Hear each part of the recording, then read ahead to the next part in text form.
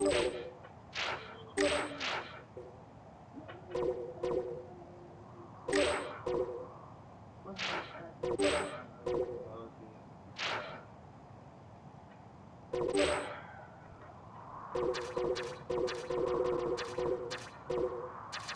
up, Shaq? Wow. You showed some backbone. Now I'm gonna snap it in two. You showed some backbone. Now I'm gonna snap it in. You showed some backbone. Now I'm gonna snap it in two. Congrats. You get to live for another second.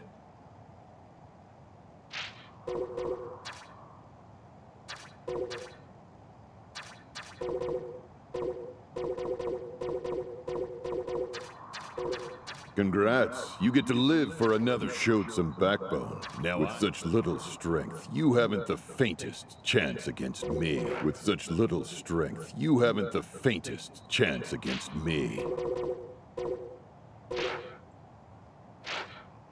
No, I do not have idols on.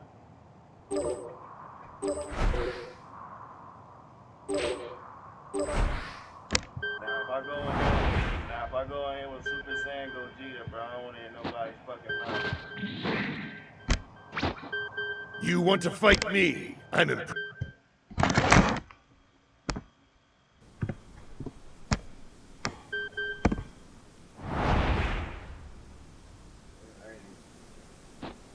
Don't expect mercy from me. Take it!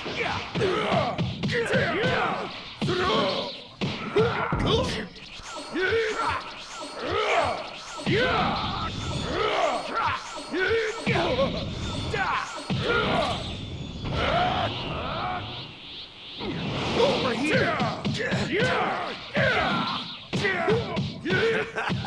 Wow, you're good, huh?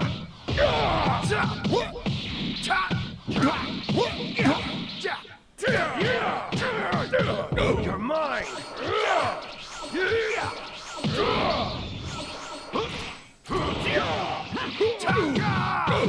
How's that? You're dead! Get it! Got you!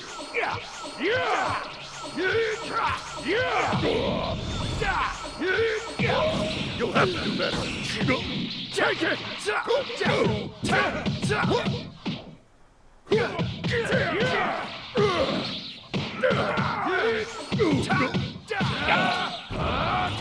I'm tired of your games!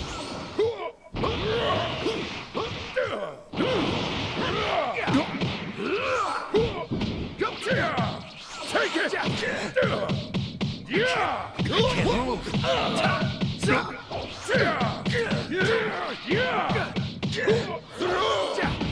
How's that?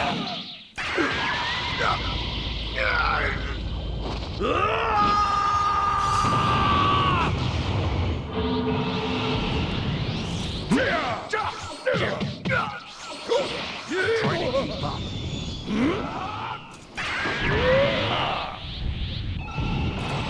We'll finish you off right now!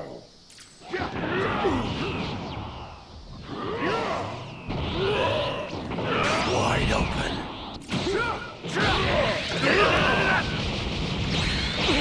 You're wide open.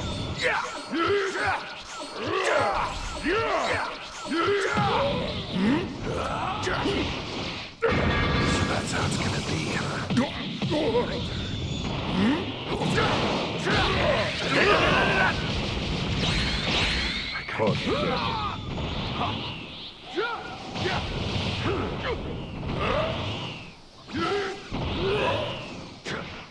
Take it! Trying to like you like a book. You'll have to do better. Is this all? Beat I didn't it. think he did that. I never want to see your face.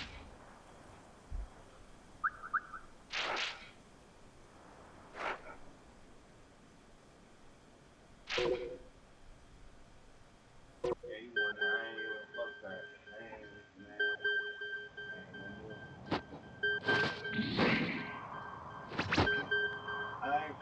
Take it! Take it! Yeah! Y'all obviously see my health don't go up like that when I transform. But his health do go up, but it don't go up like that. His shit went up to another bar. That's tough. Another fool who doesn't know where to look.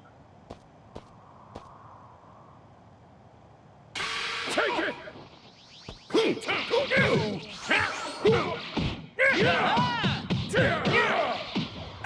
Take it!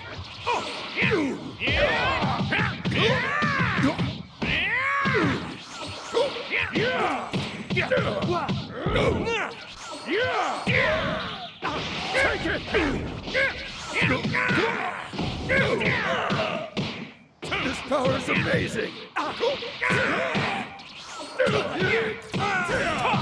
Good hit back.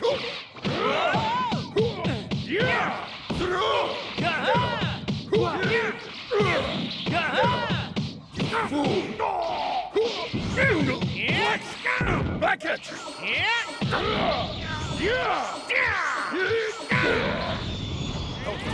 Pathetic. Kept you waiting, huh?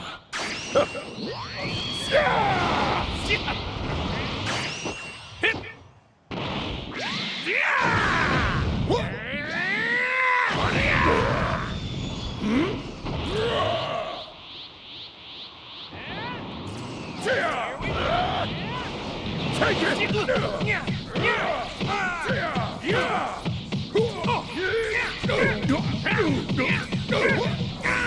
Do better. This is all that's left of my power. Here goes! Take it! Have some of this! Oh my.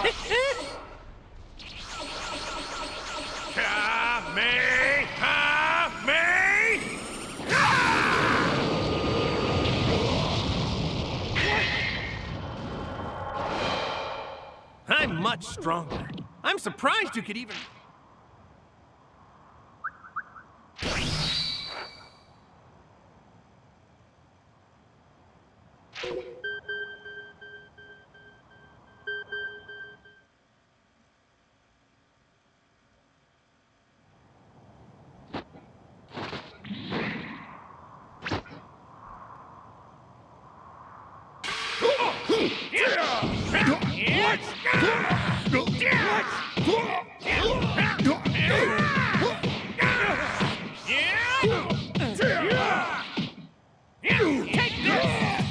This power is amazing!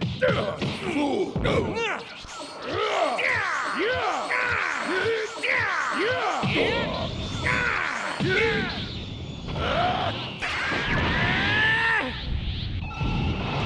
Kept you waiting, huh?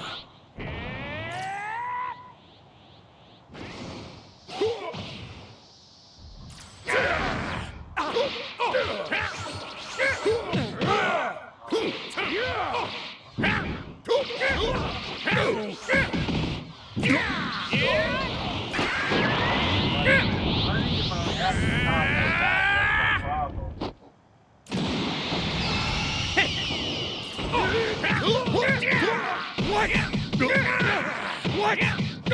Got you! Here it goes!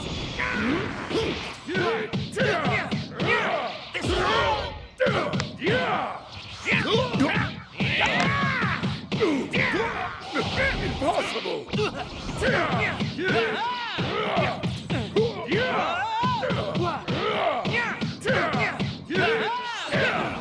Take it!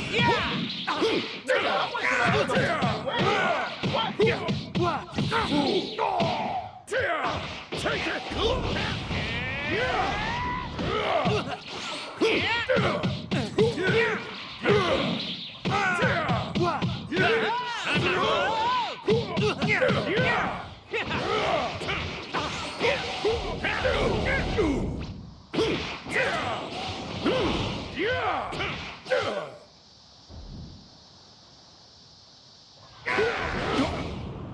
What?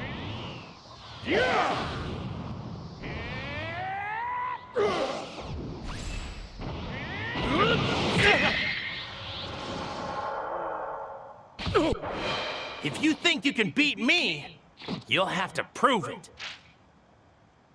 Bro, they need to make it so you, when the cutscene start, you can skip that bitch, bro. Like, I don't like these niggas outro at all, bro.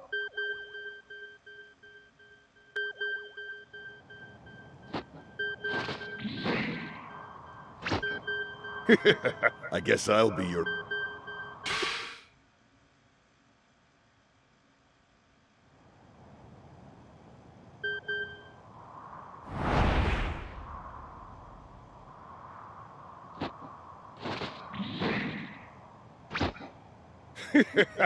Another fool who doesn't know where to look.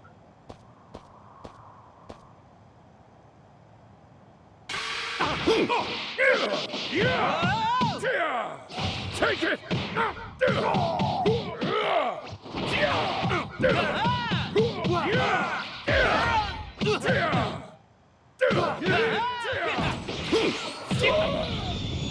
Good hit. My turn.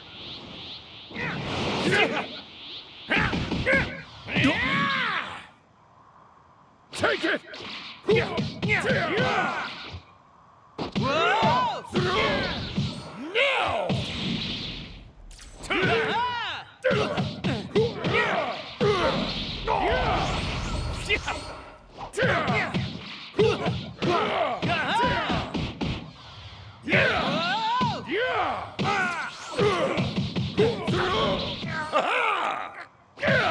I'm not done. This is not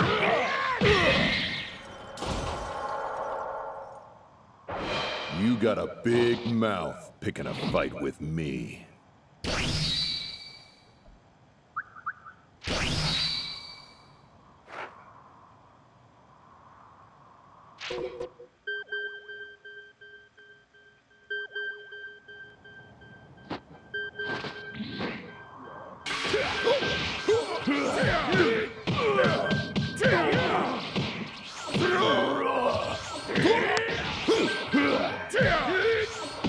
Take it! How dare you!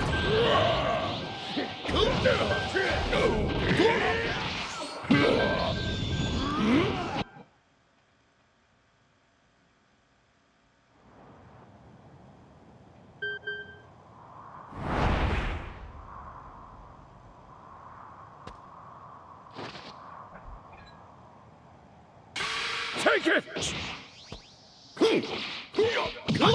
Try this! Try this! How dare you!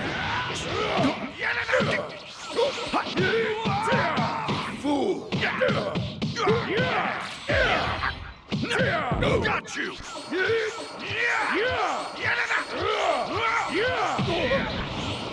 Take it!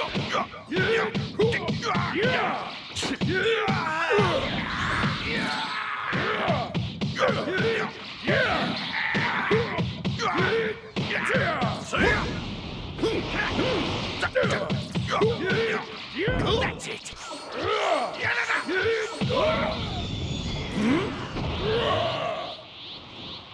This power is amazing!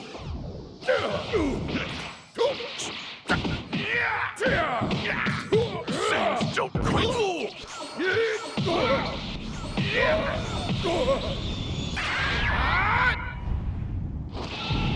Let's go! How dare you! You'll have to do better!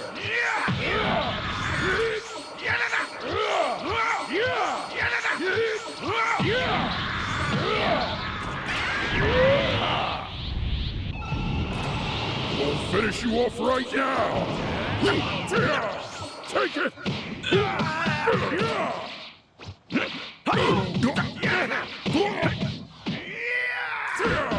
Fool!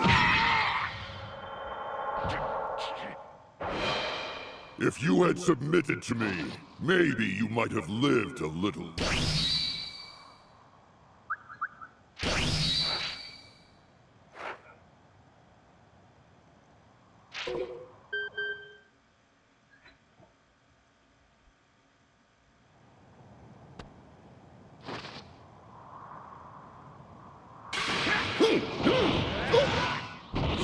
Get it! You'll have to do better.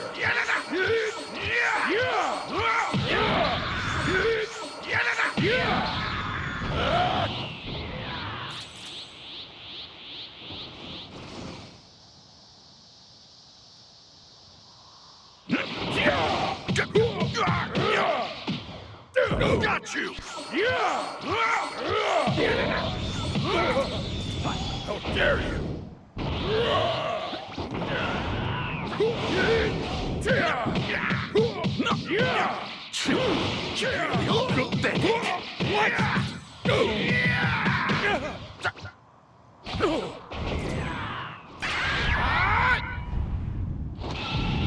Let's go!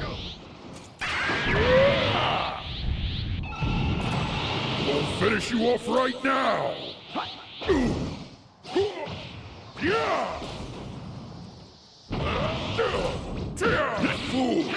Try this! Come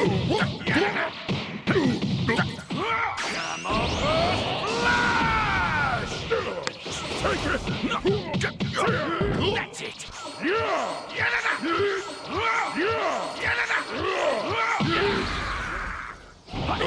Useless!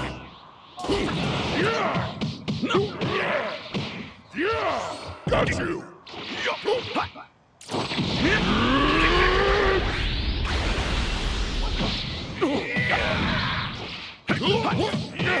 What? Come on, flash!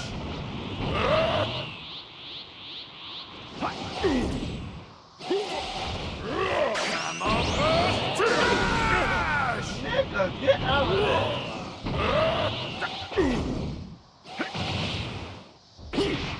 Take it! Got you!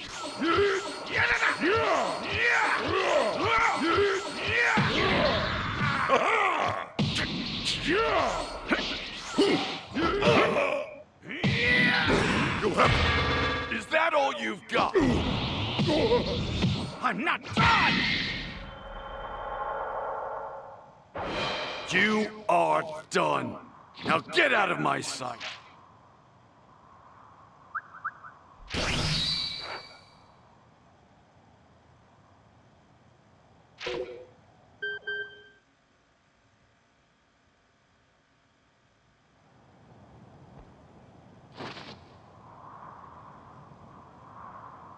Take it!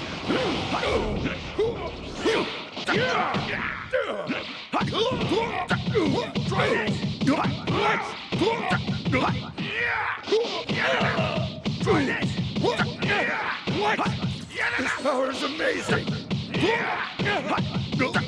Got you!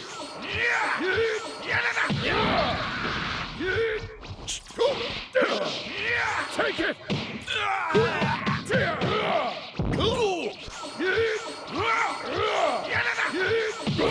Back at you!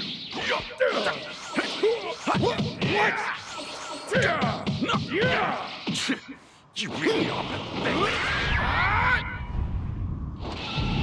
Let's go.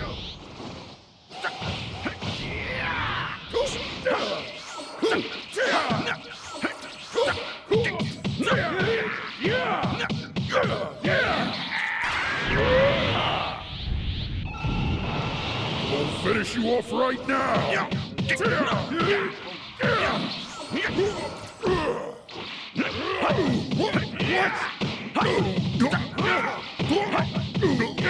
Come on, flash! Take it! You fool!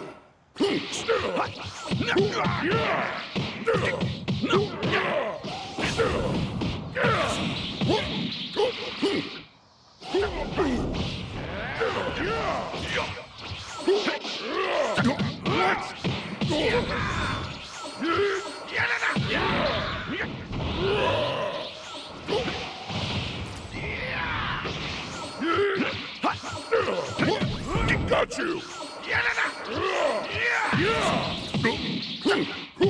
Got you! Take it! You fool! You'll have to do better!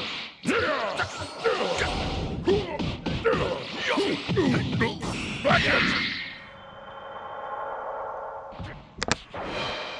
If you had submitted to me, maybe you might have lived a little longer.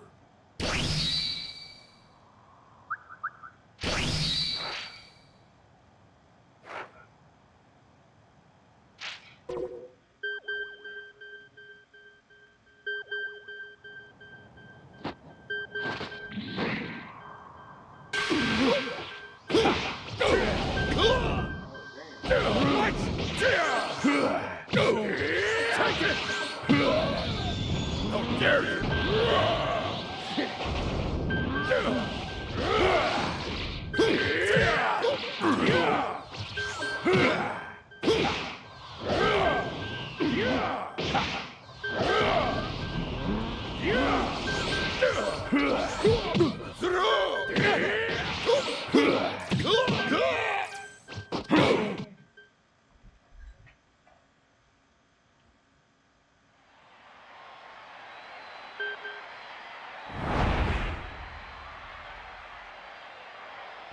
Let us begin the banquet.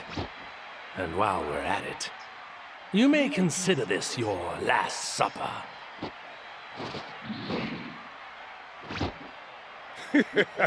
Another fool who doesn't know where to look.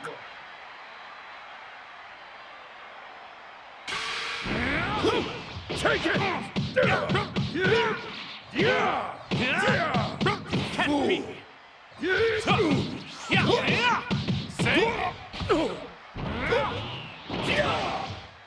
Bow your head. This pain. You'll have to do better.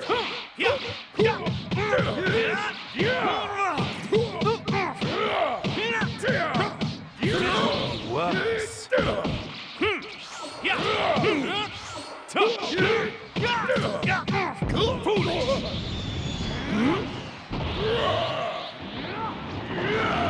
I'll crush you!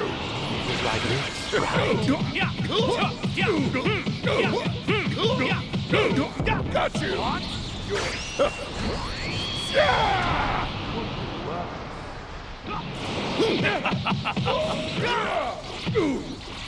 Turn anger into power. Bow your admit defeat. Take it!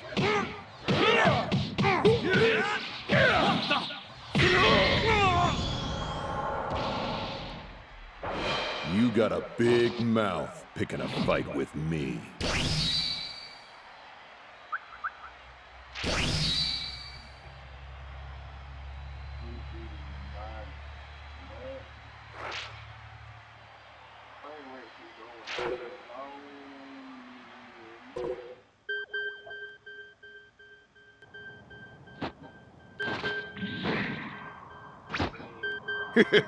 I guess I'll be your opponent.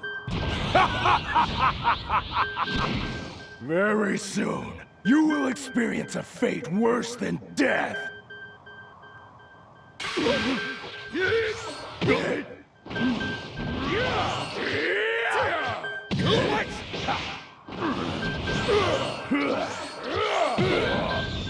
How dare you!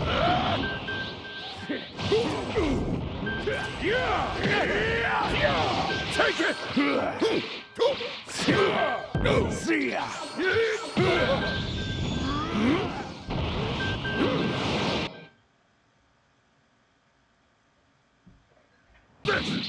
Strength is Strength is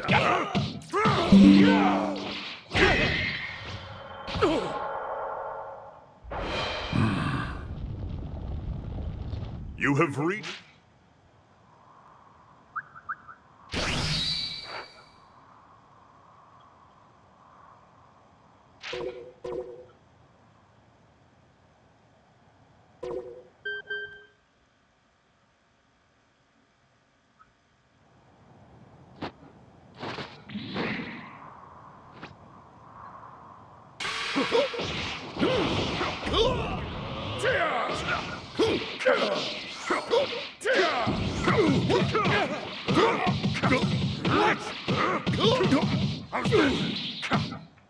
Take it! This power is amazing! Got you! No escape!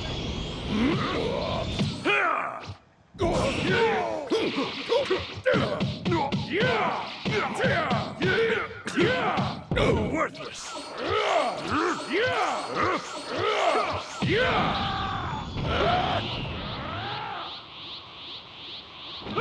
You're wide open!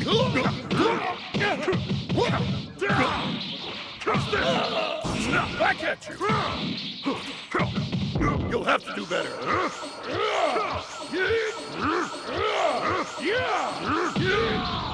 Impossible!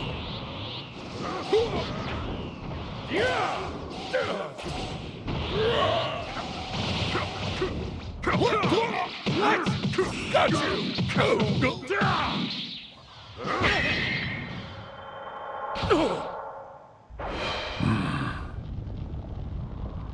You have reached...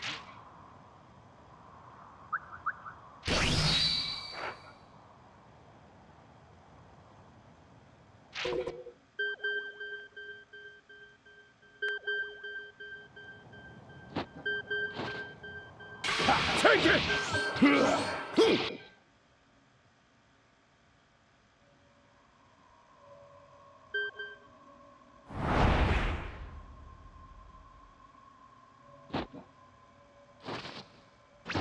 I'm warning you. I'm just a little bit on the strong side.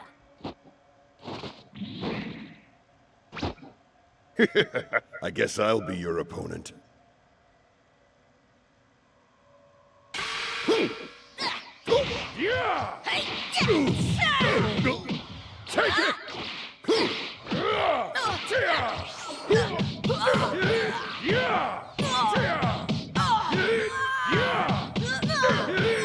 that won't work on me. Take it! You pack a roller.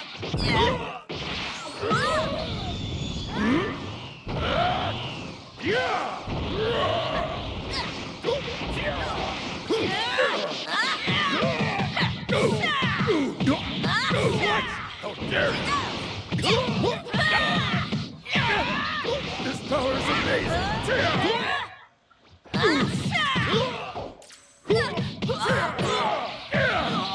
That won't work on me.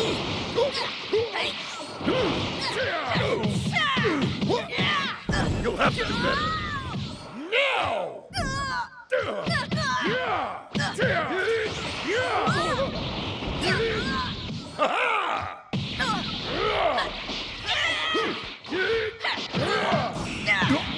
Take it!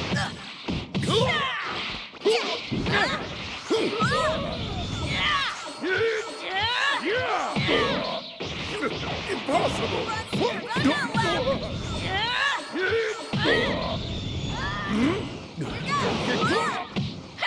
Got you! You'll have to... Drop your guard, huh?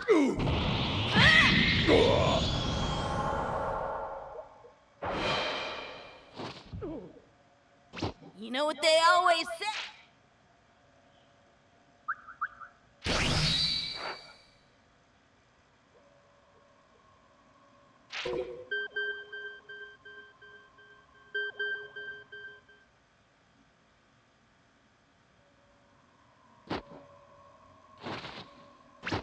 I'm warning you. Take it! Yeah!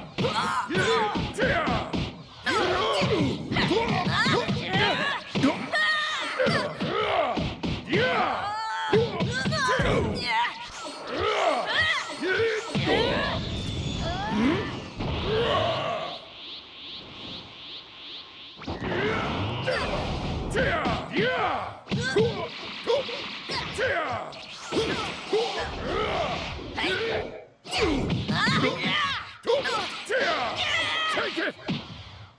Take it! What? Yeah! This power is amazing!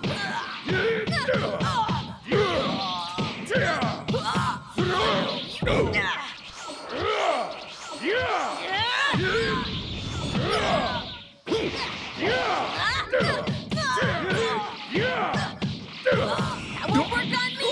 Take it!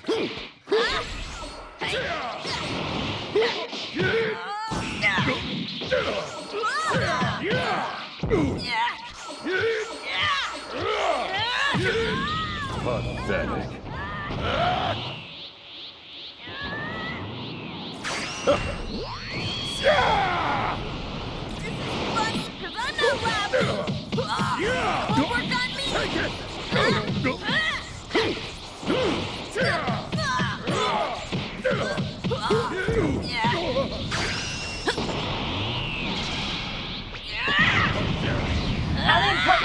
Nigga, what? I didn't press shit! What the fuck? Bro, I'm about to... Bro! Yo! Bro! Bojack, you about to be out for... I didn't press shit! And I barely had to Why lift did a you do finger. that, you dumb green bitch?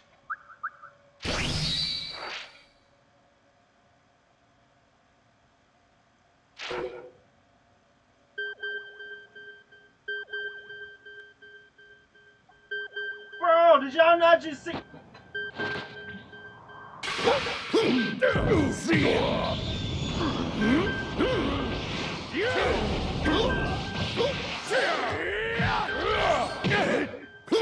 Take it! What?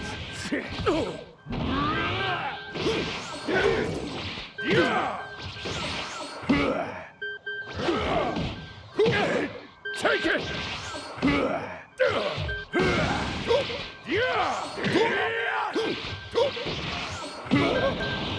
Take it!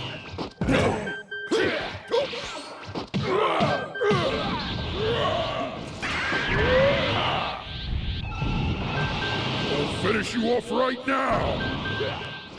Get back here!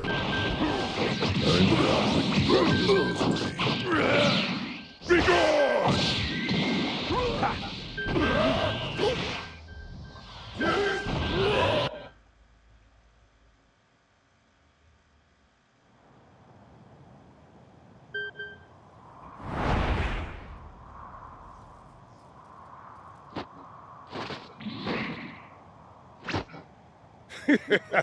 Another fool who doesn't know where to look. I've had enough. It's finally time for me to unleash my most devastating attack.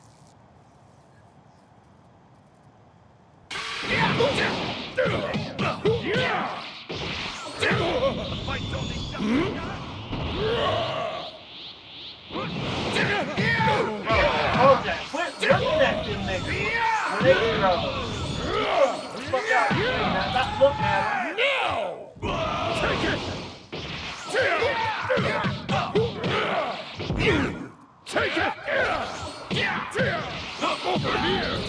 All right! How dare you!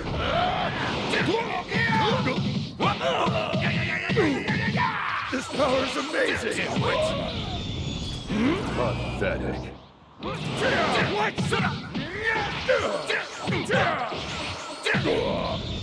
How dare you!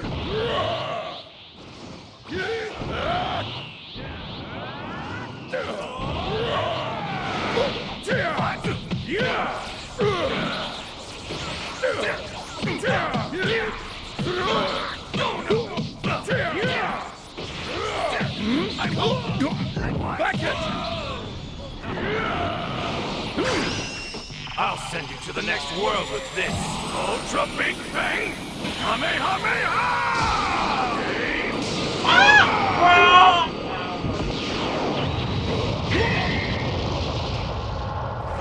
I was sure you'd be better than that.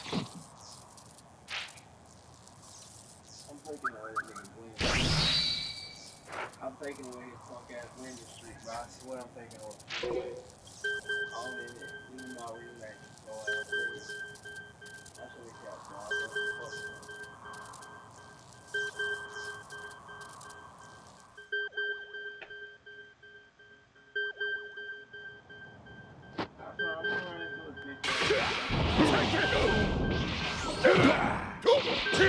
Over here!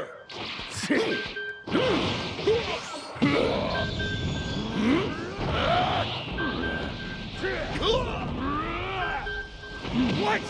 Take it! Over here!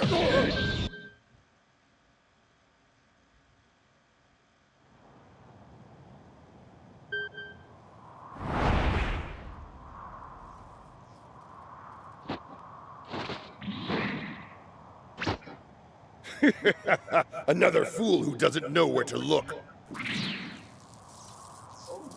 貴様ごときでは相手にならん。さっさと終わらせてやる。Take it!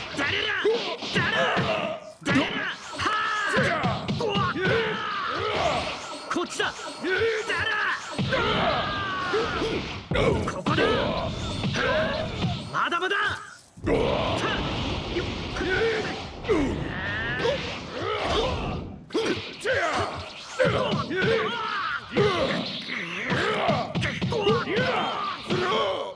引っかかったな。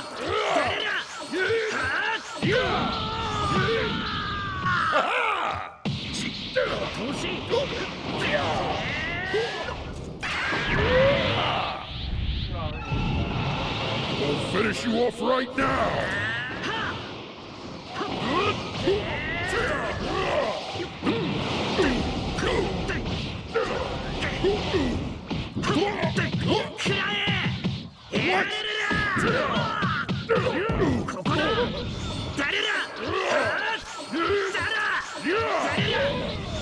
You'll have to do better.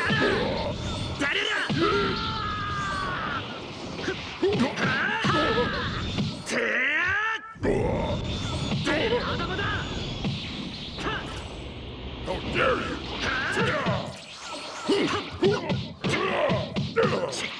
Got you! Take it! 引っかかったな。 Take it! こんな程度とはな。 You'll have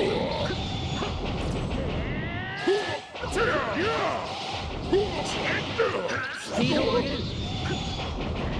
full power! こっちだ。赤目。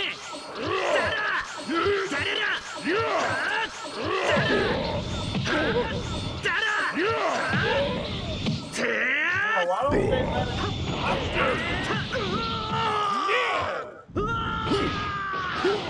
Take it!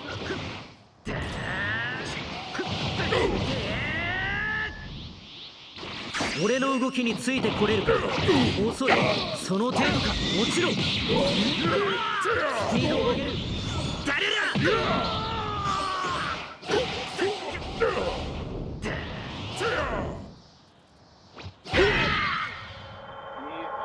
We got beat by no fucking game. If you had submitted to me, maybe you might have lived a little longer.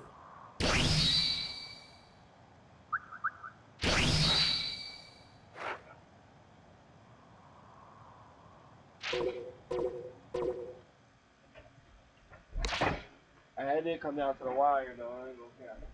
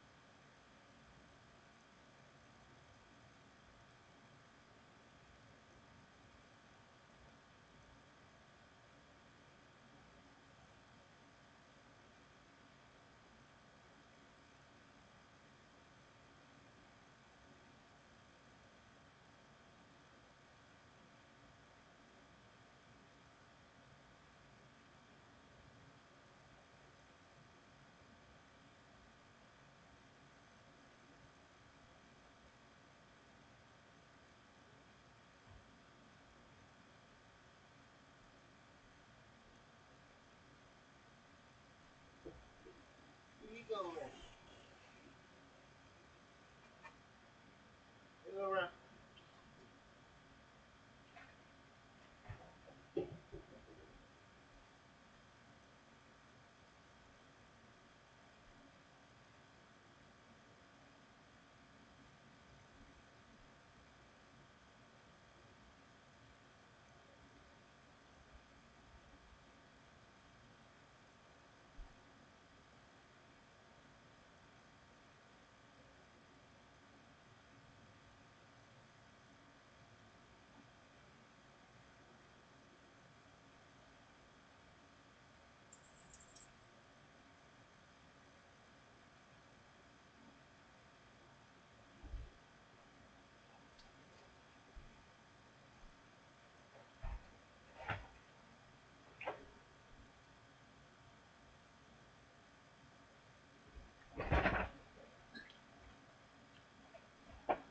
Oh yeah, I took me a little eating the rest of my food from earlier. Type shit.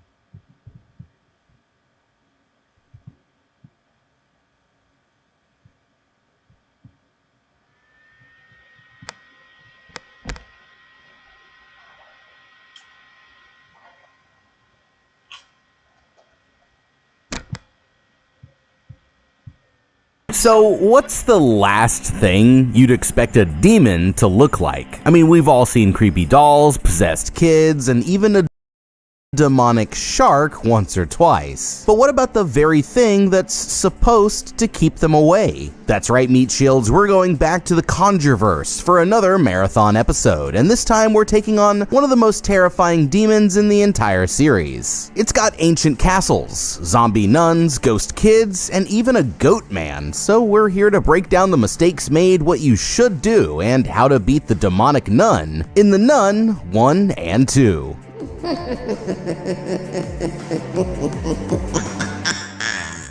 The story begins way back in 1952 at an abbey somewhere deep in the forests of Romania. Late one night, we find two nuns approaching a door at the end of a dark hallway, but the younger of the two, Sister Victoria, seems nervous about their plan. Unlocking it with a special key, her friend Sister Jessica opens the door and disappears into the chamber, but within seconds, she comes crawling back with blood all over her face, handing her the key as she's dragged back into the darkness. Holy Terrified, Victoria runs back down the hallway until she reaches an open window, turning around to see the shadow of a demonic nun closing in right behind her. And with no other choice, she does the only thing left to prevent the demon from escaping, making 2 down with 3 more to go. It isn't until the next morning that a farmer who goes by the name of Frenchie finds the woman's body on the steps, but he has no idea that his worst nightmare is about to begin. When the news of the incident reaches the Vatican, the cardinals begin to suspect that there's more to the story, so they decide to send in their miracle expert Father Burke to get to the bottom of it. He'll be teaming up with a young initiate named Sister Irene to help with the investigation, but as usual, nothing could ever prepare them for what they're about to find. Alright, somebody needs to tell Father Burke here to be careful before he gets thrown out of a window next. This mission already has trouble written all over it, and if you were about to investigate an ancient castle where something so strange was going on that it caught the attention of the Vatican itself, then you'd have to be pretty damn stupid not to go in there prepared. Remember, Burke here isn't just some random guy off the street. He's played these games before and even performed exorcisms in the past. Now, if he was a plumber or something, then it would be safe to assume that the nuns had a clogged toilet, but since he's already known as the demon guy, well, it should be pretty obvious why they're sending him in. And just like every good plumber needs a wrench, Father Burke here needs something like a demon hunting kit. First off, he'll need a Latin copy of the Roman Ritual. That's the book that includes detailed instructions, remember, right? For performing Catholic baptisms, marriages, funerals, and most importantly for us, exorcisms. Yeah, he probably already has one, but working in law enforcement and in juvenile detention centers. I got to see the back end of it, like how kids are getting here, but I wanted to see the front end in a sense. I would say to anyone who's looking to further their career with GCU, take a leap of faith and just trust the process. Stepping from one career into the next, that purpose that I was looking for, GCU literally brought it front and center. GCU was able to give me all the help and support I needed to graduate and reach my professional goals.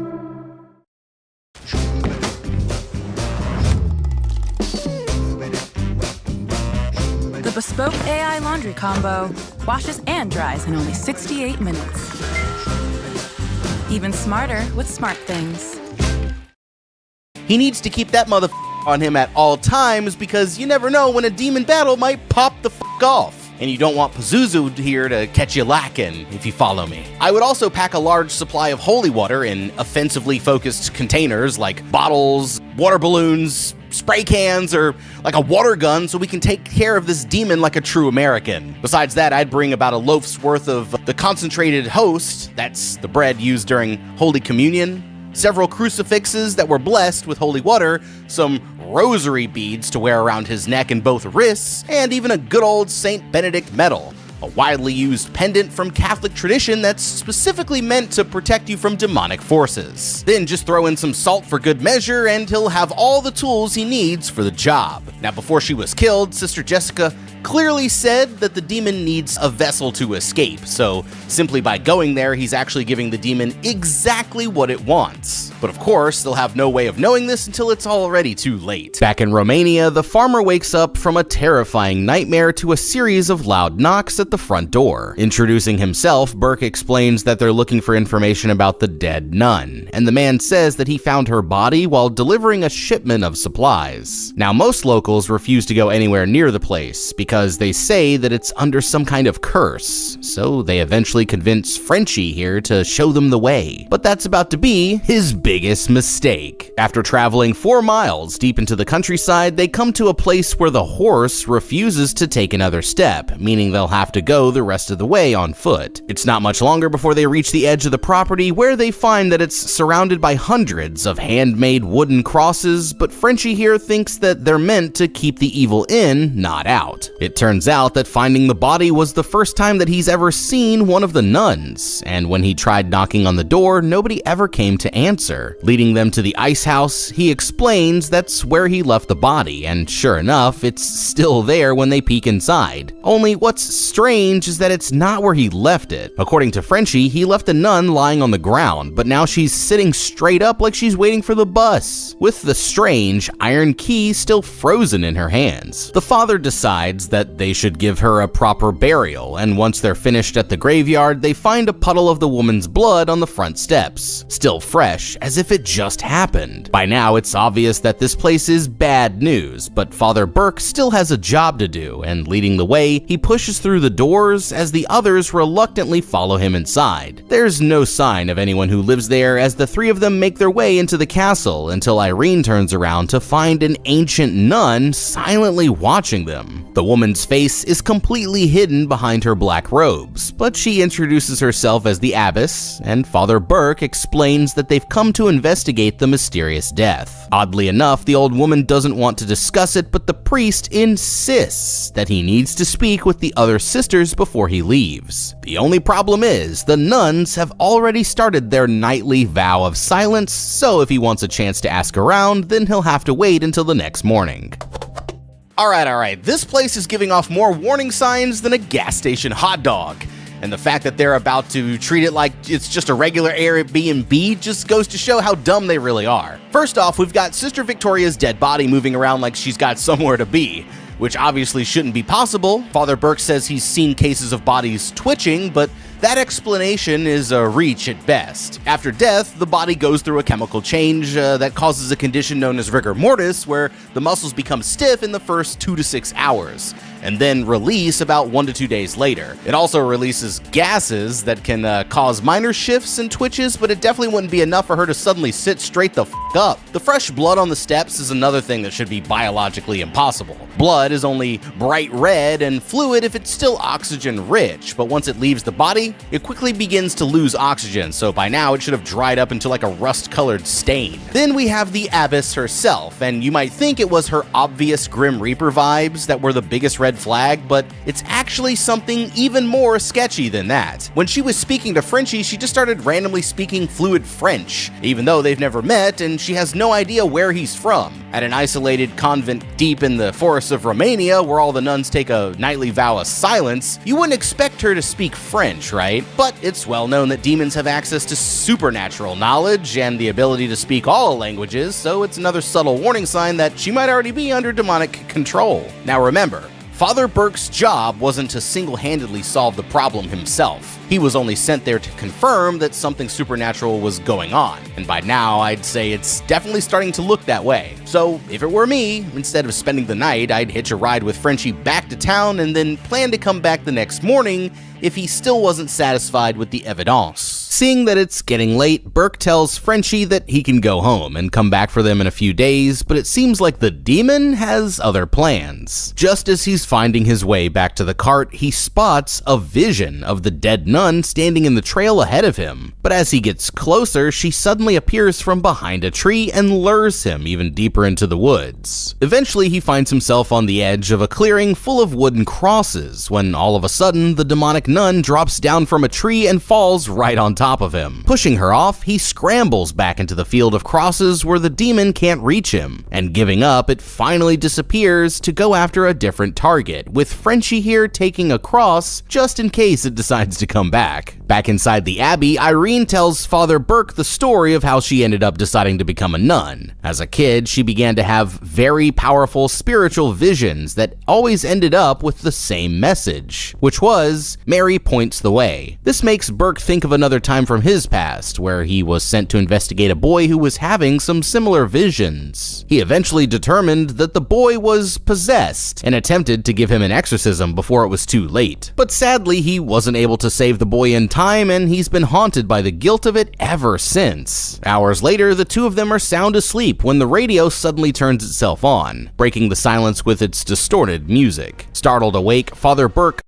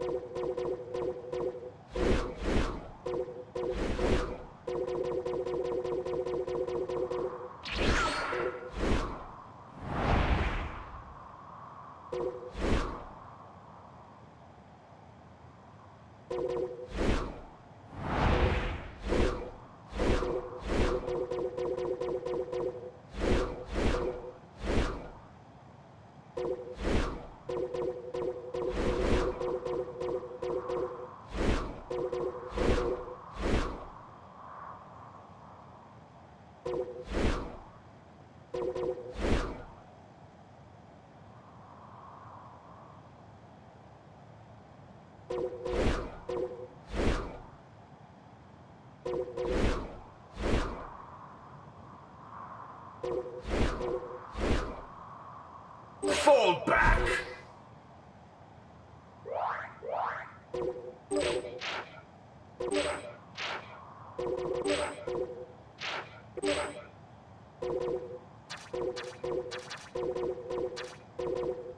This is it! Let's find out who's the strongest in the universe! My every weakness is instantly It's useless.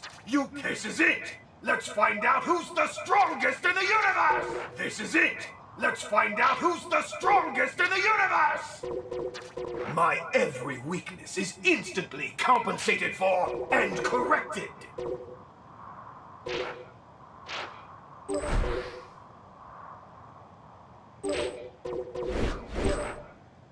Fall back!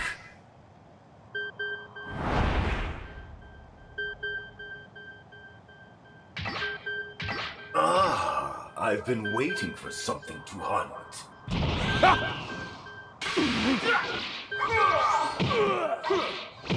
Take this!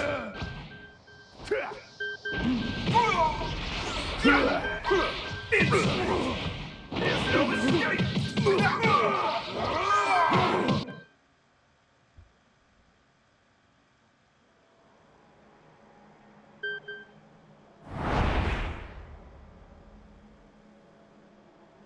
Today is the day you draw your final breath.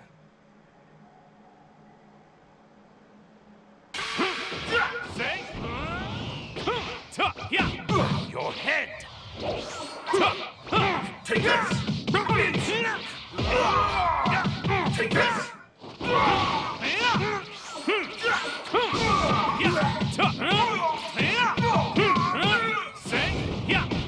Your head. What? Get lost! What? We've only just begun.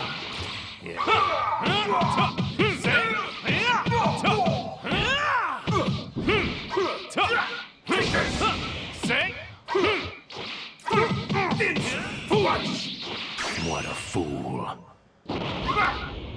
I've got you!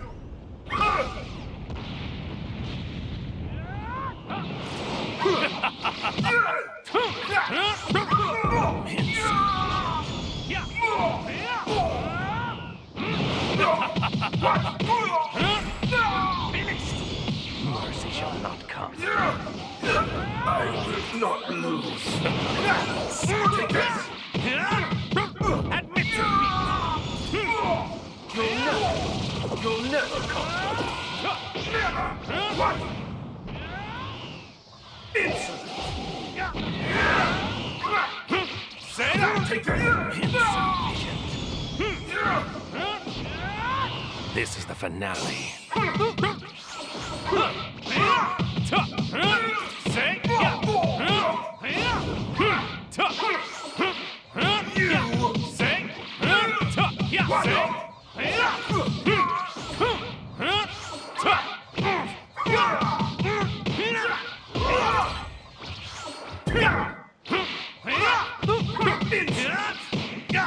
Take this! Couldn't beat. Admit defeat.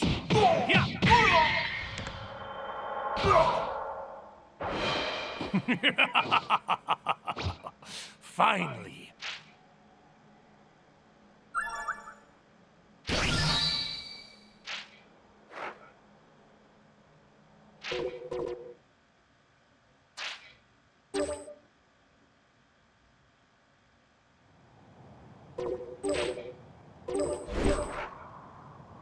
Fall back!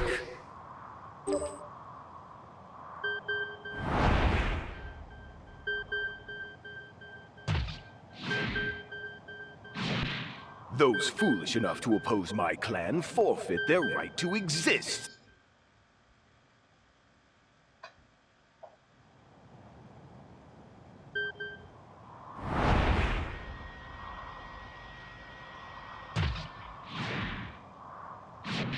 Plotting universal conquest, are we? Oh, that's enough with the bloodlust. I'd be happy to play with you.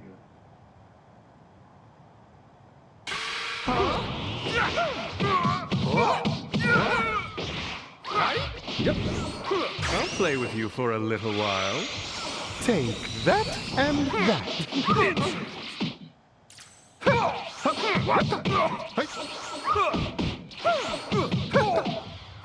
Take this!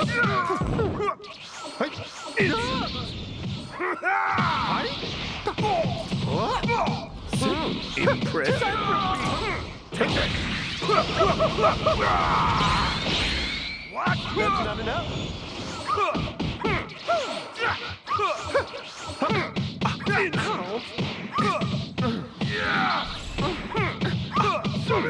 This is a handicap, you see. Yep. Hi? Yep. You! Yep. Get lost!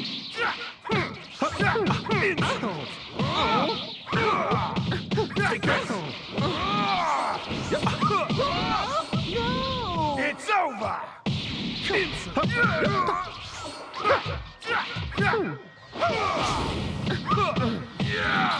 There you are! That's dangerous, you know. You worthless scum! That's dangerous, you know. It would seem I miscalculated my strength a little.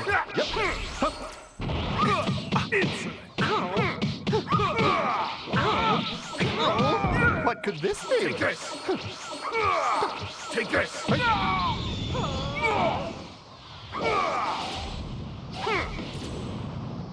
Take that and that and that. Here you go. That's dangerous, you know. Lose track of me!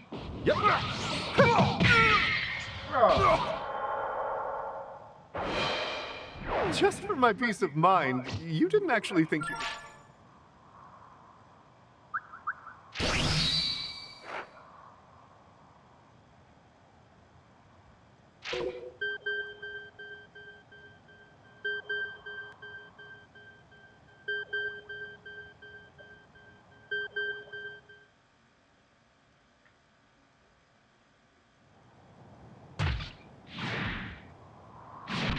Plotting universe.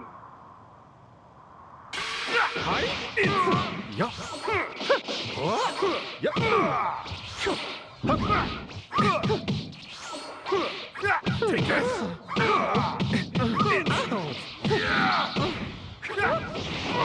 This is a handicap, you see.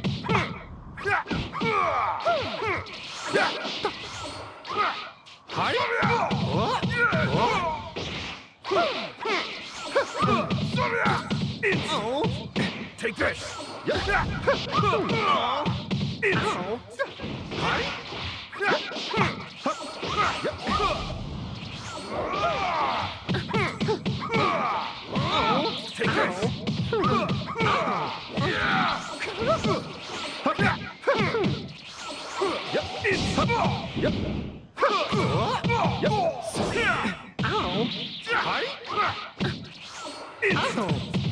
Take this!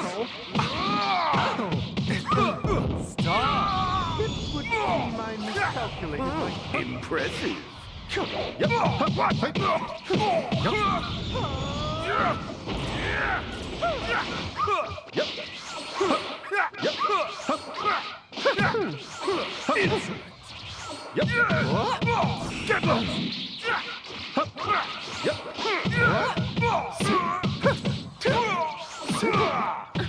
Take this! Over here! Take this! What?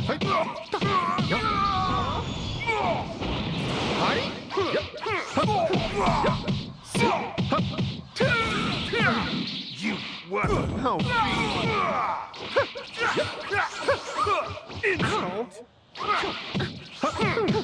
that's dangerous, you know.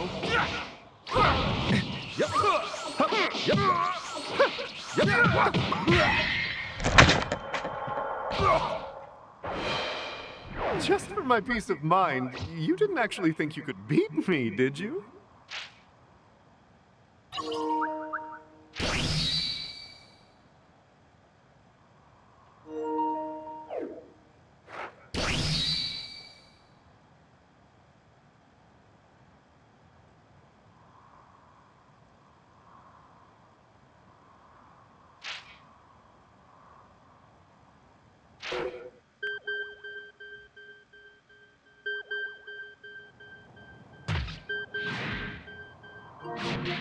Those foolish enough to oppose my clan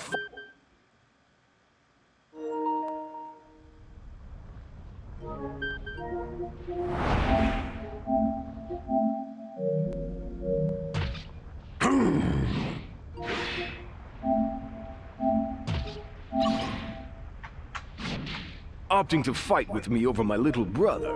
You've got some nerve.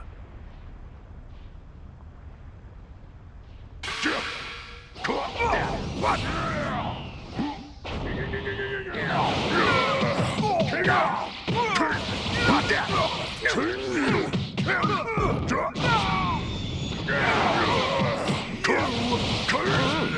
Impressive.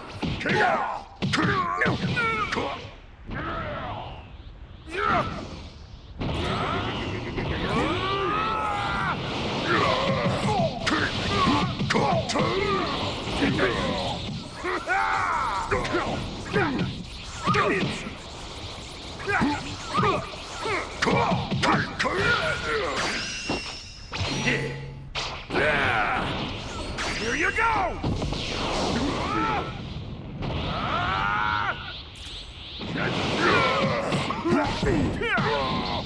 It's over! You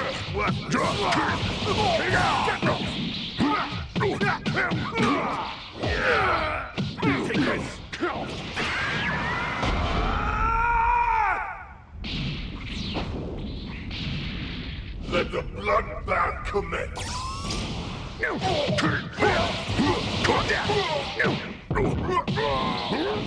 worthless scum!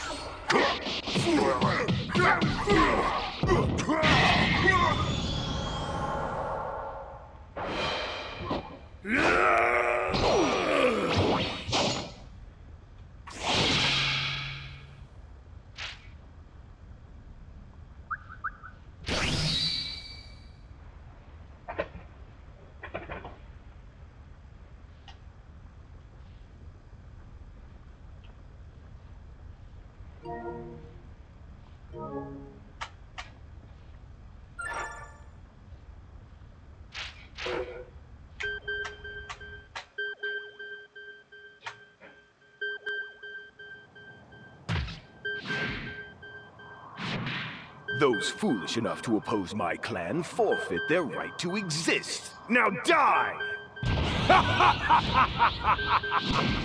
Yes! I will...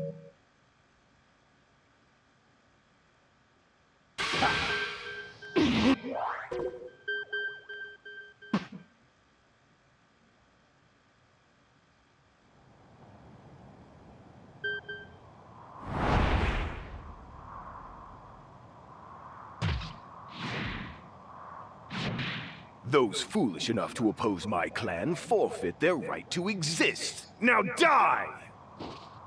You can't win.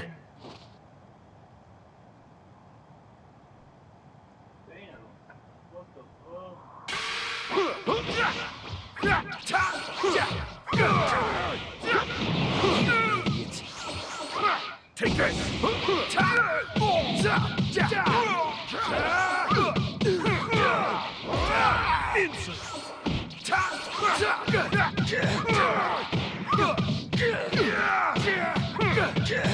Now for the fun part.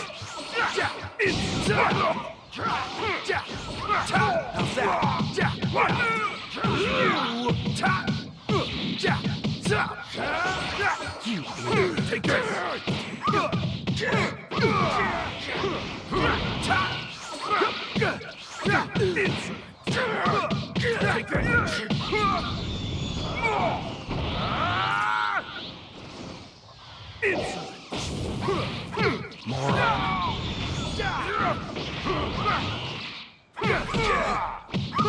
Take this! Go all out. Not done yet! Get lost! Take this!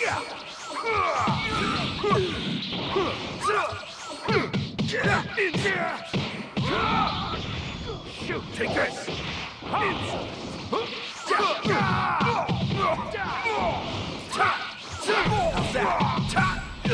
I will not lose.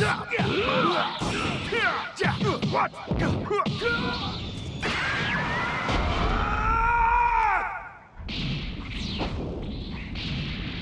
Let the bloodbath commence. You worthless scum!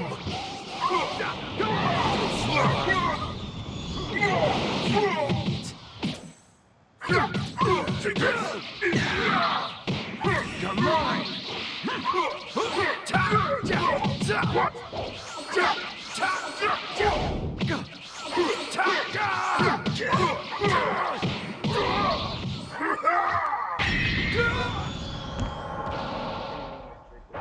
You're so weak that killing you is not even worth the trouble.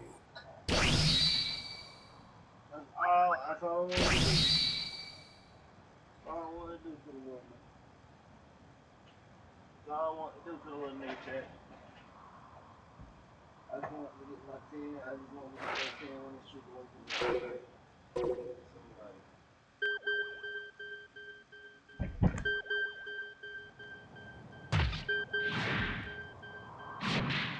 Those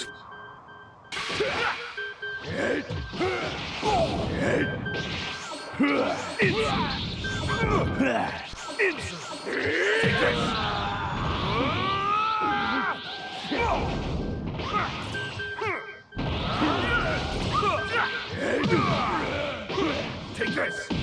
See ya!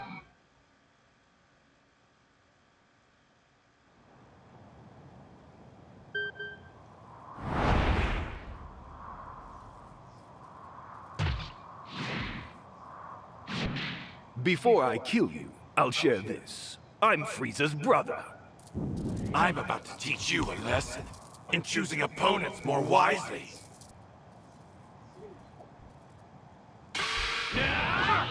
Take this! Get lost!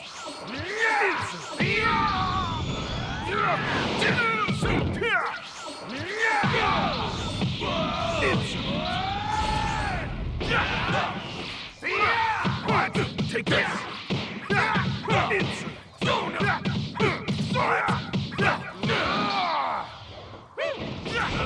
Take this!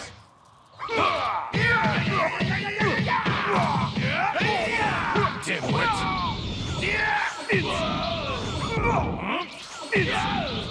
It's over! You make a mockery of me.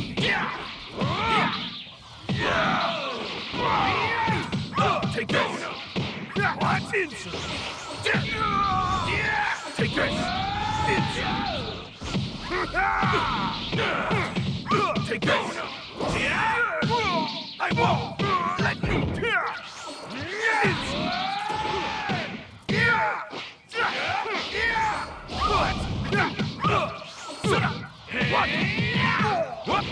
What? Take this!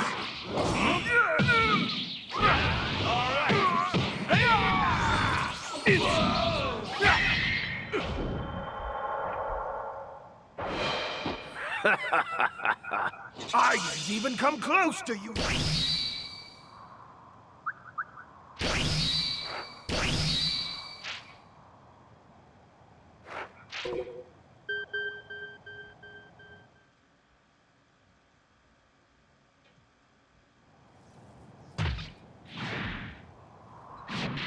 Before I kill you, I'll share this. I'm Frieza's brother. I'm a...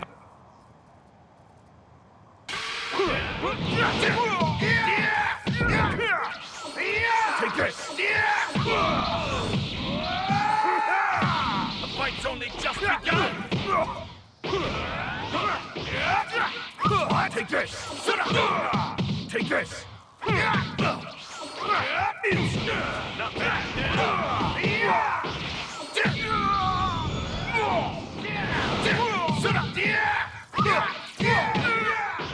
You make a mockery of me.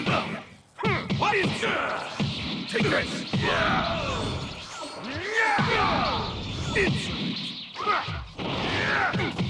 Take this!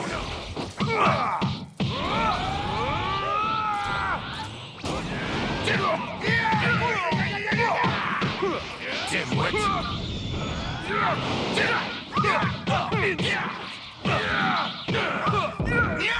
Take this! Not bad! What?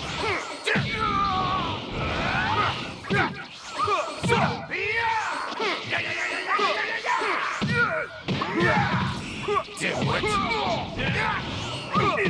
No, no!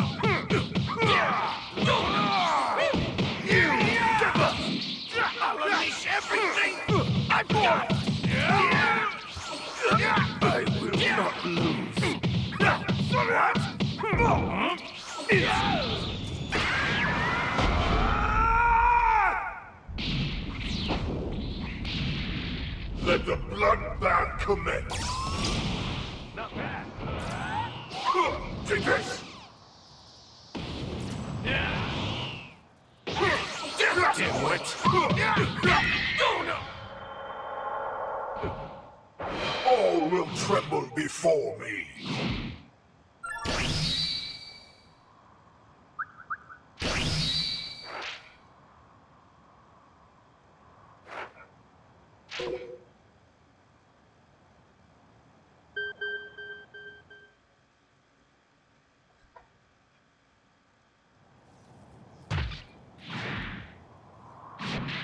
Before I kill you, I'll share this. I'm Frieza's brother. I'm about to teach you a lesson in choosing opponents more wisely.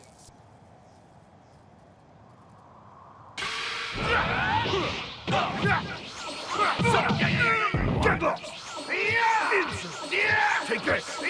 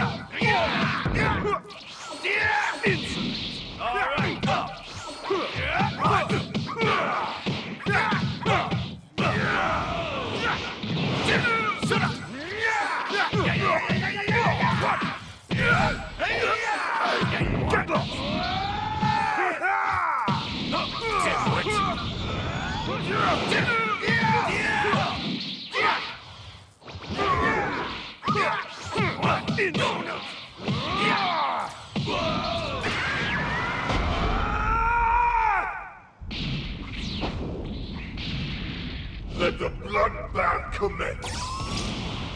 Not bad.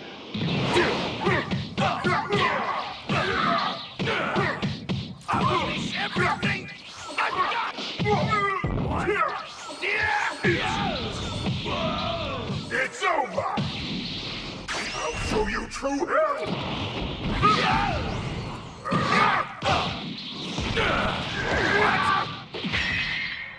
I won't. All will tremble before me.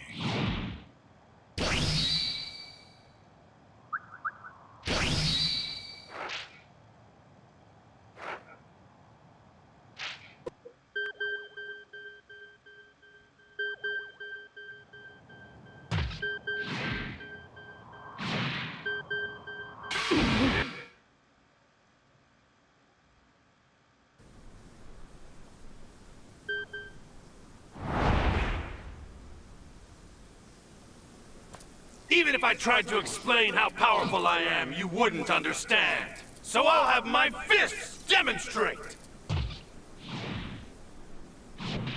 Before I kill you, I'll share this. I'm Frieza's brother. Yeah! Take this! Let's do this right here! Take this! Oh no! No, not bad! Oh no! It's enough!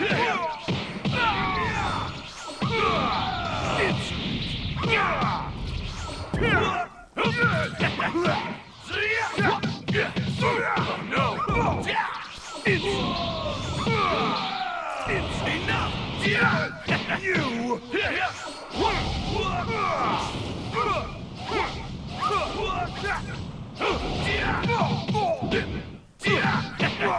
Get lost! Take this! That was close! Impressive.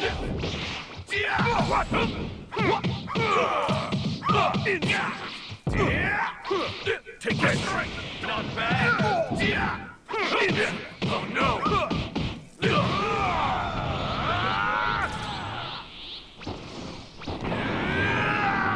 I am the strongest in the universe! Enough! I know! Kamehameha! If you really want to dole out something, You aren't even worth the slaughter.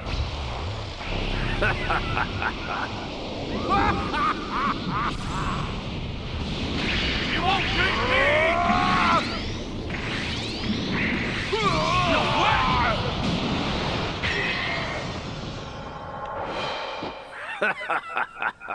I didn't even come close!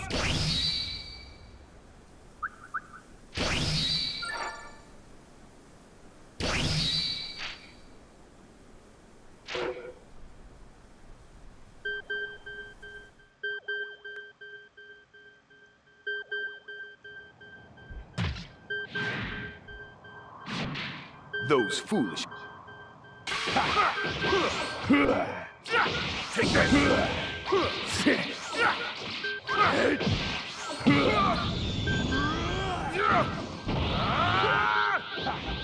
I see you!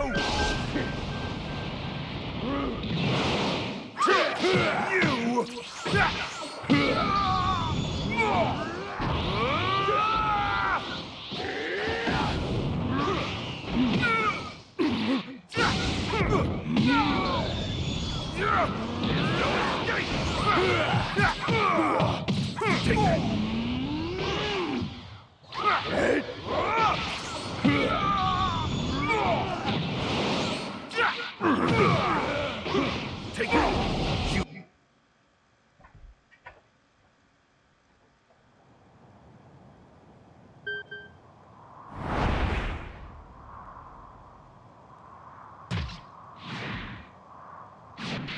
Opting to fight with me over my little brother. You've got some nerve.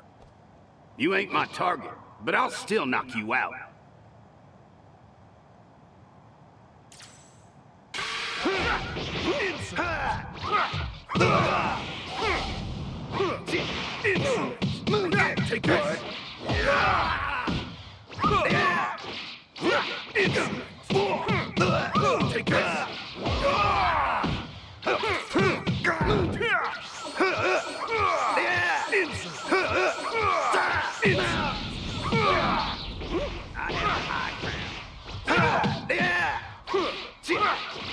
Take this! Take this! Take this!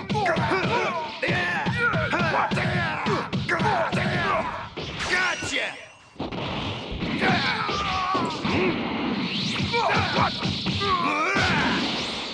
What? Impressive. No! You're mine! Gotta admit, you're good.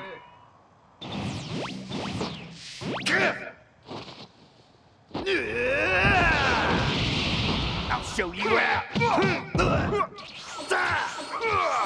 Take this! Take this! What?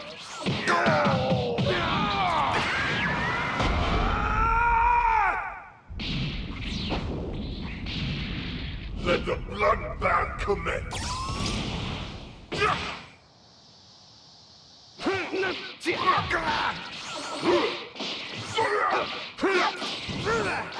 Take this!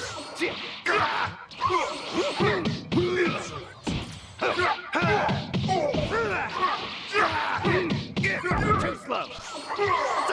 Take this!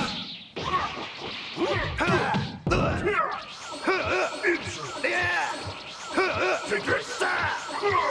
It's over.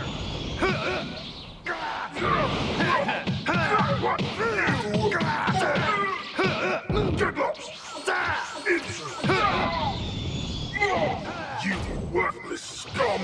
Take this!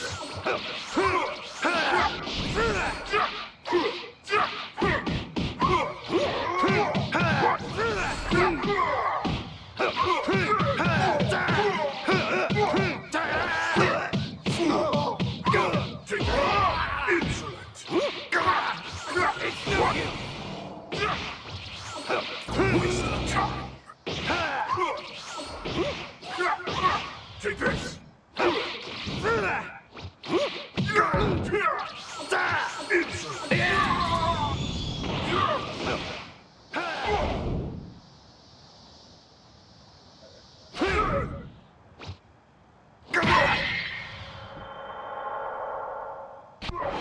I knew what was gonna happen.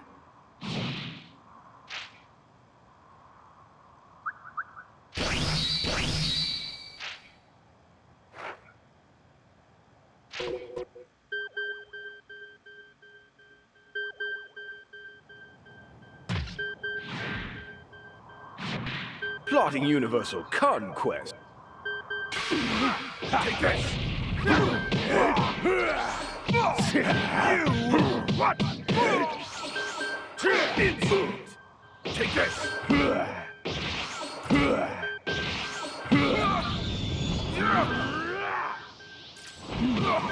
You've made a mockery of me.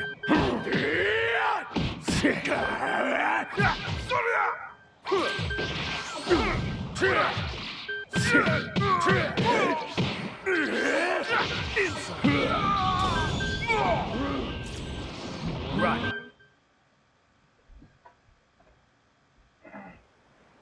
Welcome to the chat. Welcome to the stream.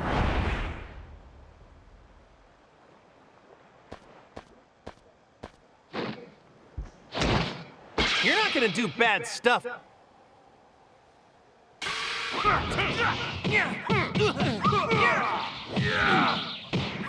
Take this!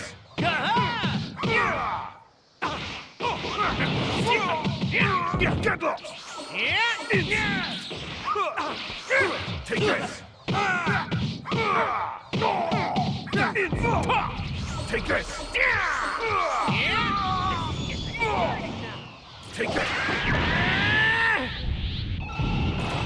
Kept you waiting, huh? Take this!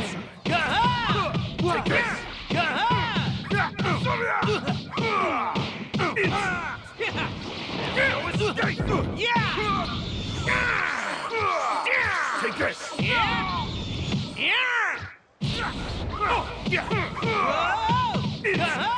I'm not done yet.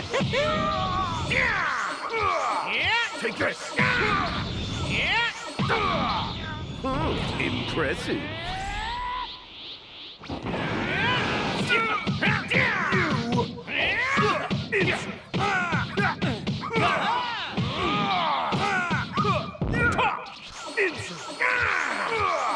Take this! Take this! I'm not done. Take this! Here it goes.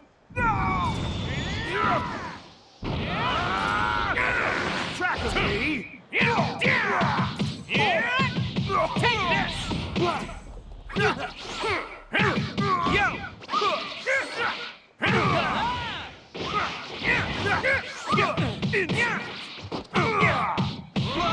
It's over!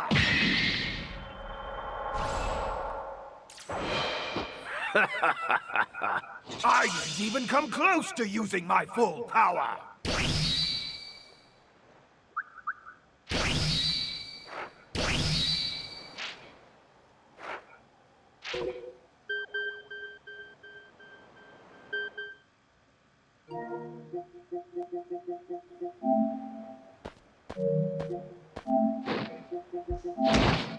You're not gonna do bad stuff anymore, right? Before... Take this! What? Take this!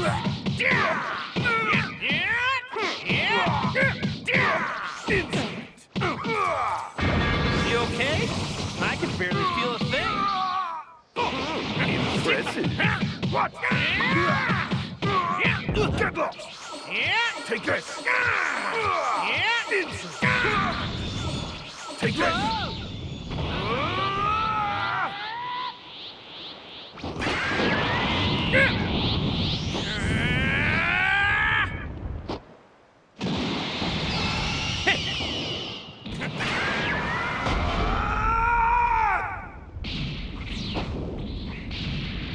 Let the bloodbath commence! Take this! Take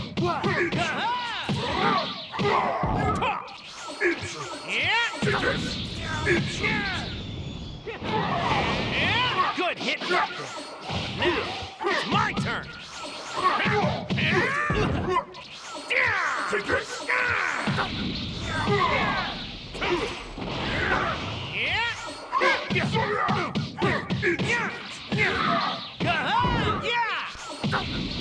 Take this! It's over! Take this! Take this!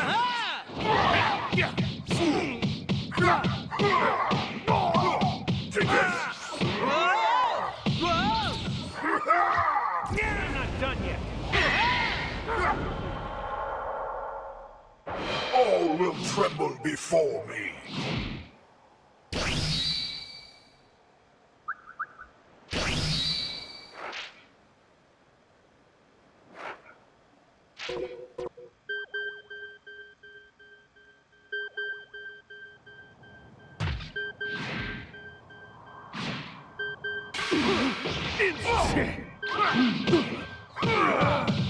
Take this!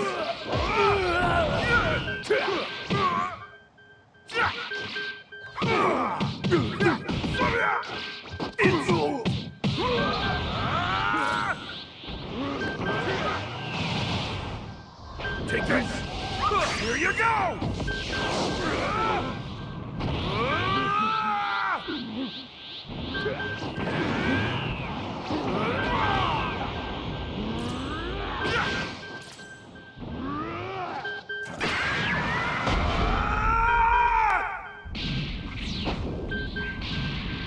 Let the bloodbath commence. Try not to die on me. You've made a mockery of me.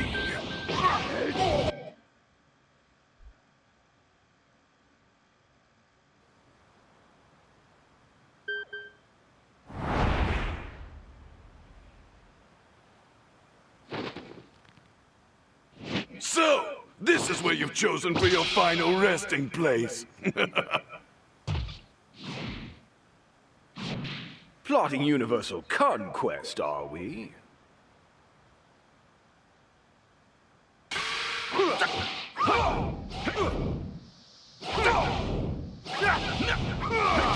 Insolent! Take this! Insolent! That's it!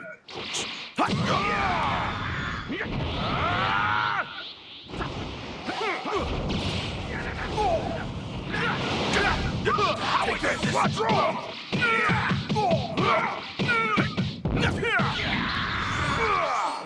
Take this!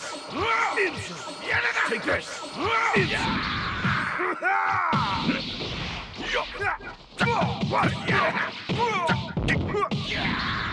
It's over! Impressive. Take this! Insolent! Take this! Insolent! Eat it! Take this! My strength! Damn it!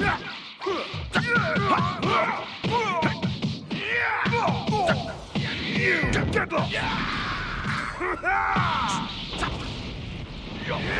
Slow!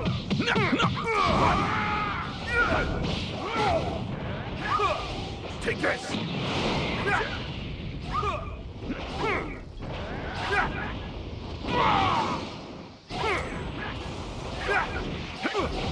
Now you're dead! Burst open and mix!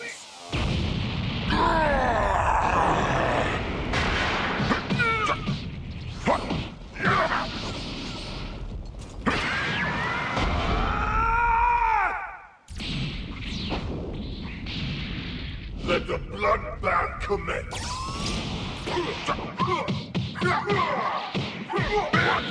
I'll vaporize you!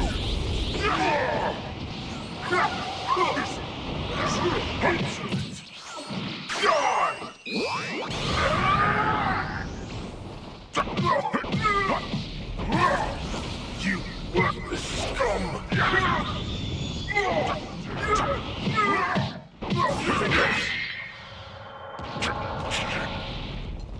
All will tremble before me.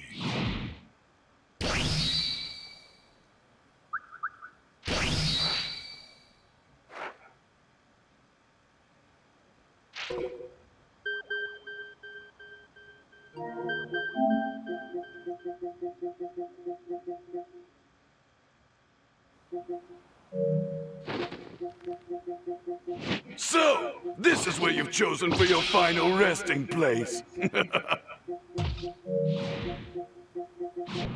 Plotting universal conquest, are we?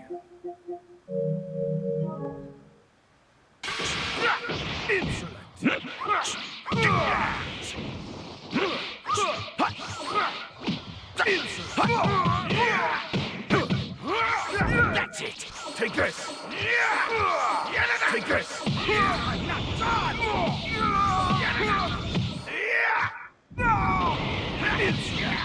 It's over!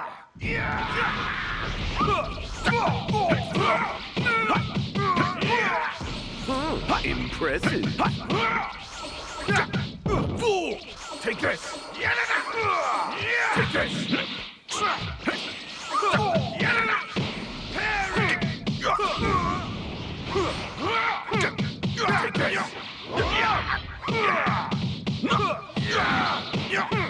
Got you! Take this! Take this! That's it!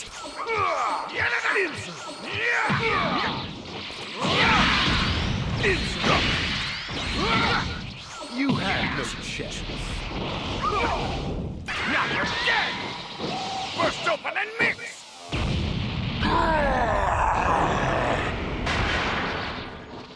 There's no escape!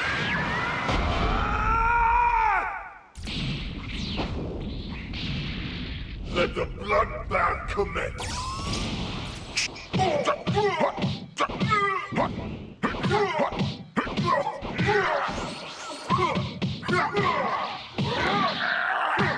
Take this! Vaporize you! I'll show you true hell!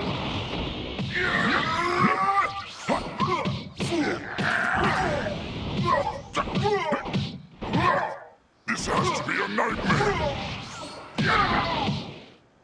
Waste of time! Insolence! Take this!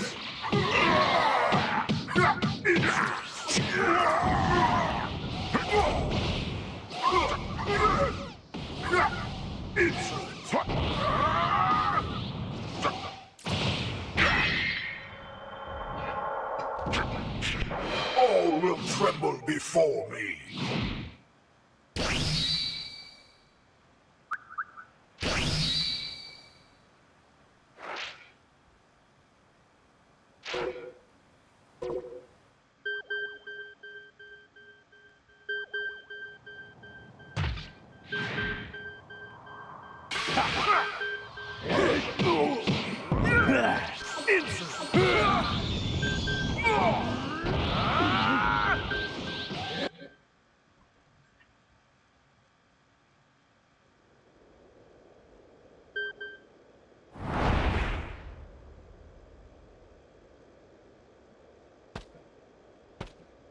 At last! You get to test your power against me!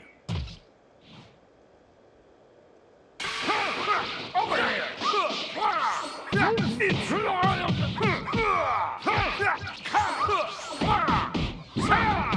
Gotcha! Take this!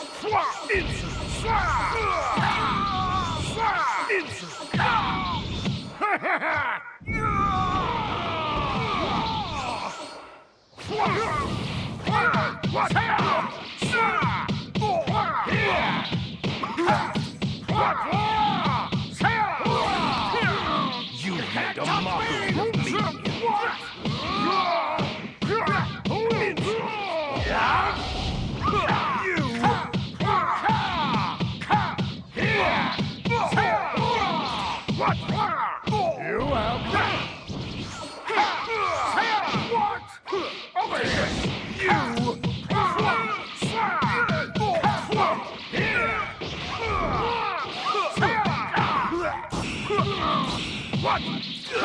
I will not lose.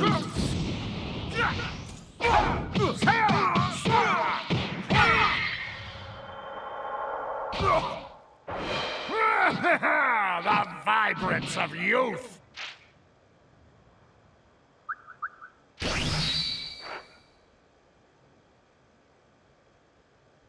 I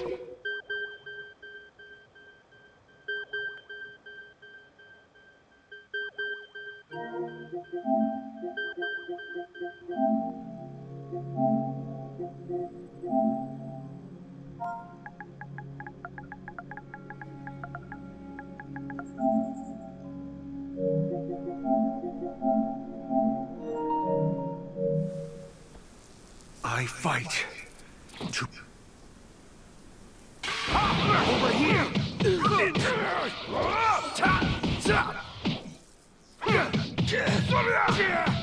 Take this! Take this!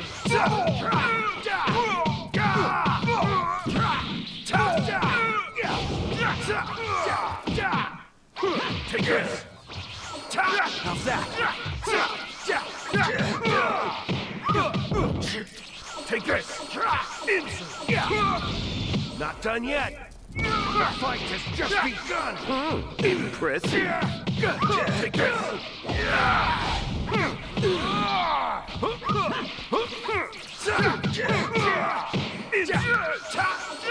Take this!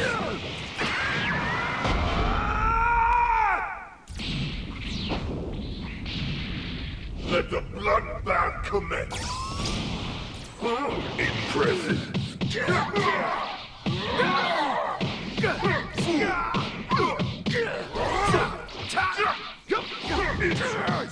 Take this.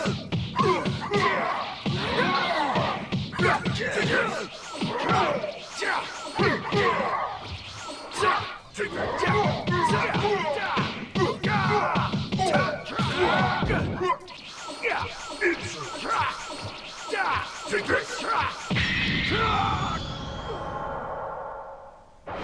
You're so weak that killing you is not even worth the trouble.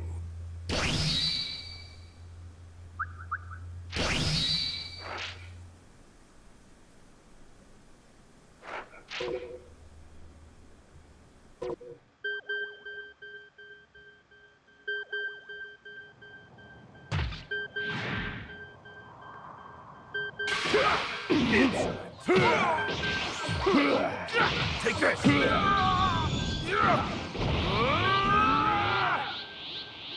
Try not to die on me. Here you go!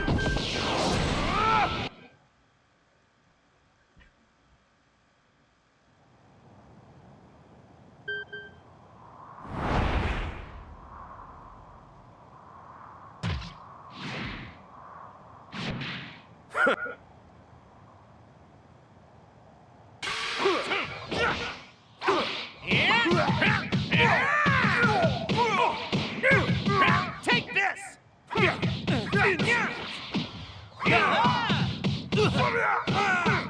Take this! Take this!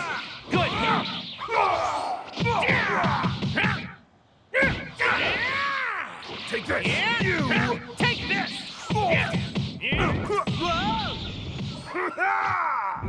You make a mockery of me! Insult! What?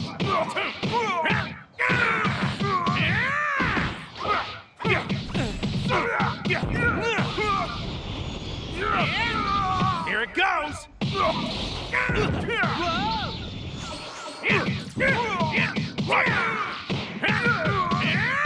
Get lost! You worthless scum! What? I need to get my act together.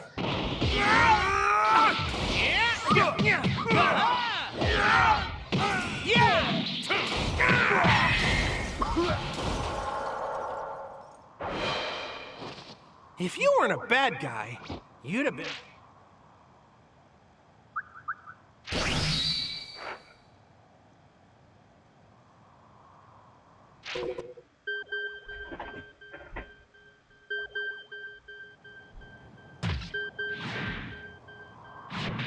Plotting universal conquest, are we? Yes! I will soak the dirt in your worthless blood!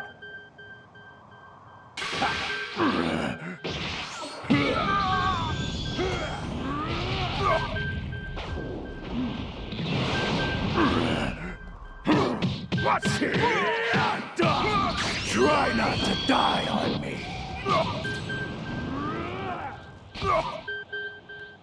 You've made a mockery of me. Try not to die on me.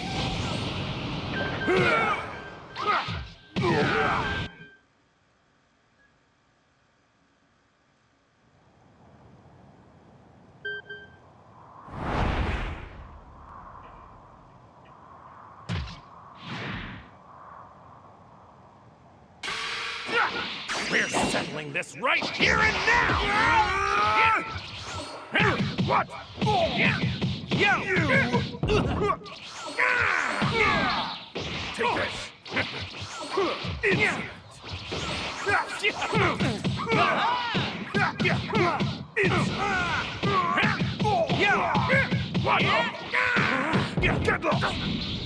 It's over! Take this! I've got you! Here it goes!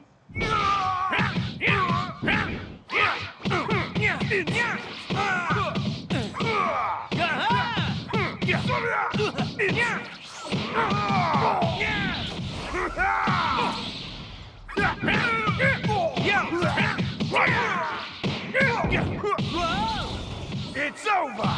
Take this! I've got you!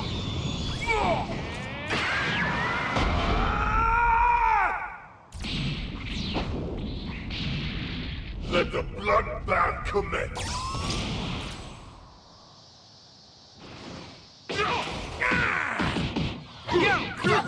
Insolent.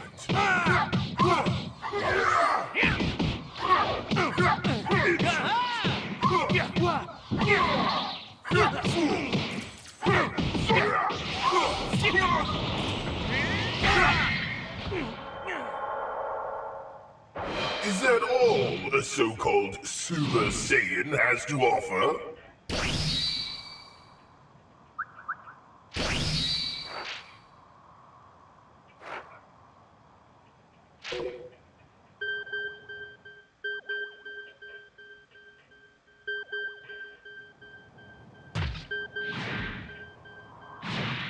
Those foolish enough to oppose my clan forfeit their right to exist. Now die! Yes! I will soak the dirt in your worthless blood!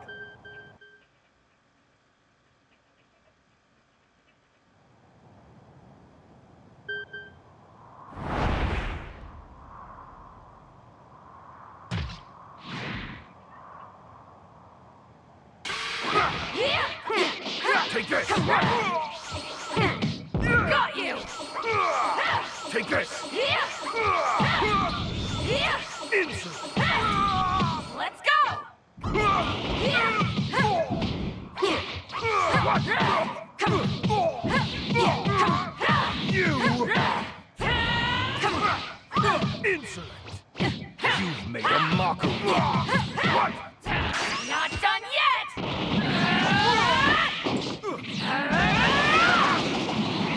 So long!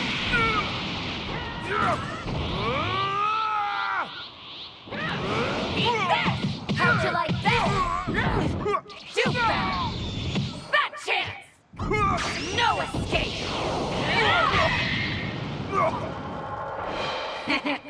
Aw, too bad.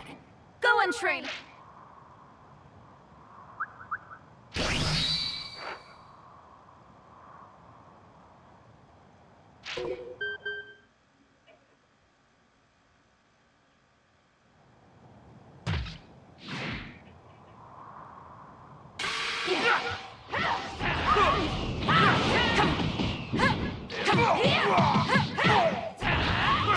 How'd you like that? Take this! This ought to be good. Got you! Insolent! Take this! Take this! Come here! Take this! How'd you like that? You've made a mockery of me. Come on, what? Get lost! Take this! I got this! Take this! Take this! It's over! Take this! No! Come on! Take this! How'd you like it? I got this!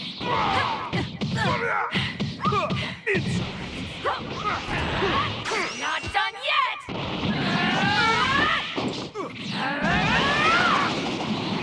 So long! Too fast! Not done yet! Take this! Got you!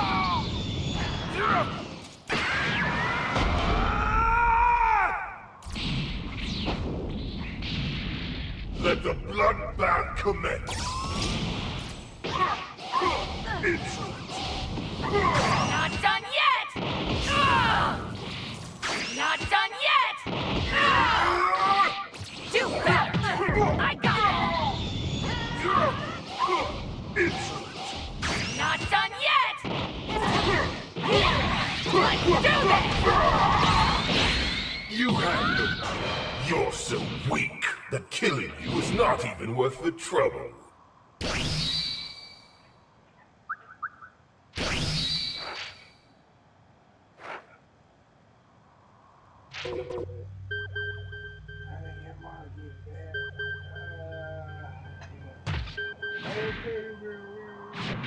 Plotting universal conquest. What? Take this!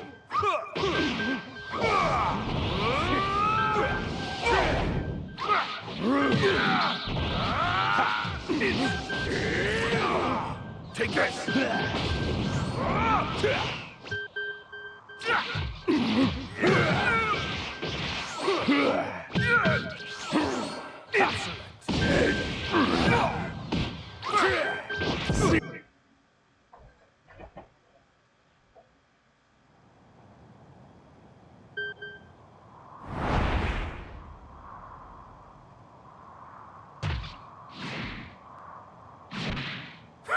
I won't fall like my little brother. When I see how strong you are, well, it really fires me up.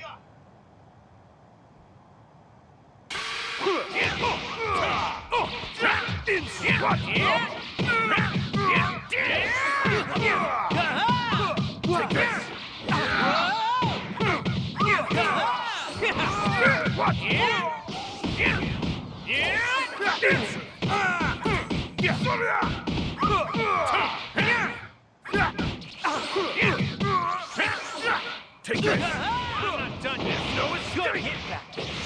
Now, it's my turn. Yeah! Take this! Yeah!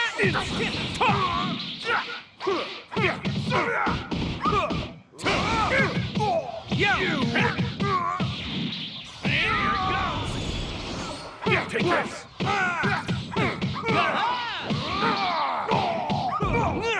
Take this! Yeah! Here it goes!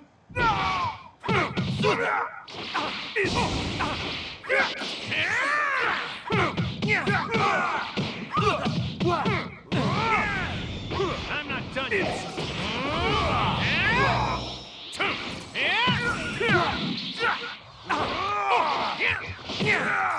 There you go! This is all that's left of my power! Here it goes!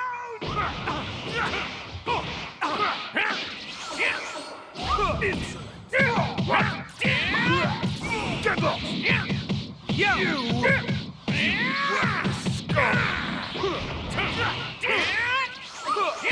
Take this! If you think you can beat me, you'll have to prove it.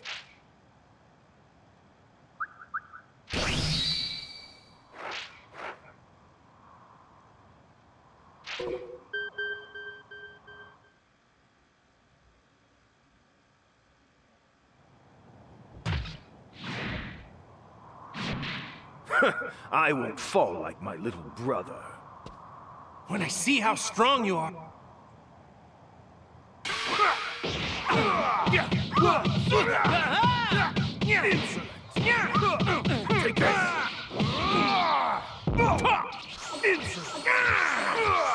Take this! Take this! It's over! Take this! Take this! Good hit back there. Now, it's my turn.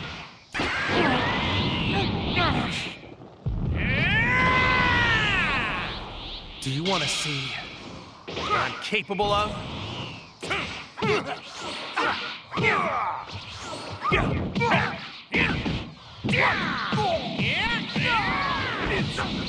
It's over!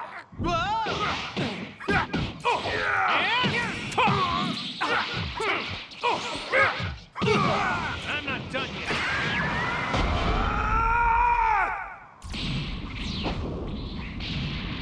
Let the bloodbath commence. Insolent.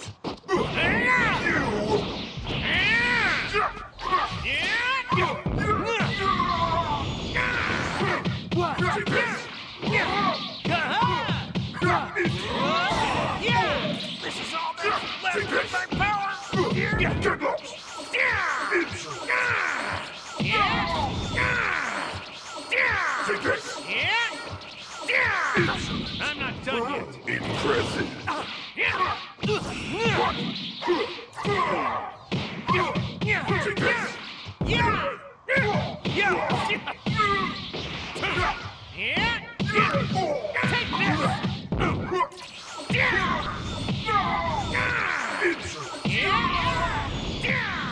Here it goes!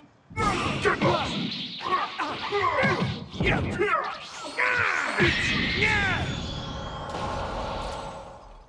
All will tremble before me.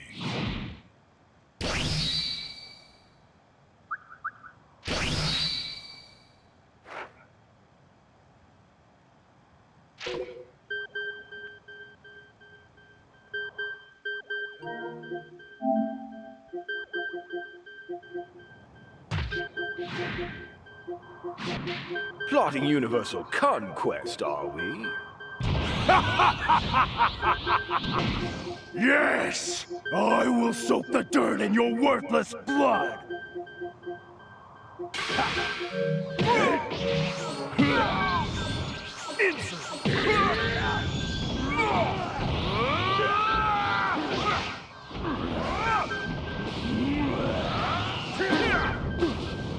Take this!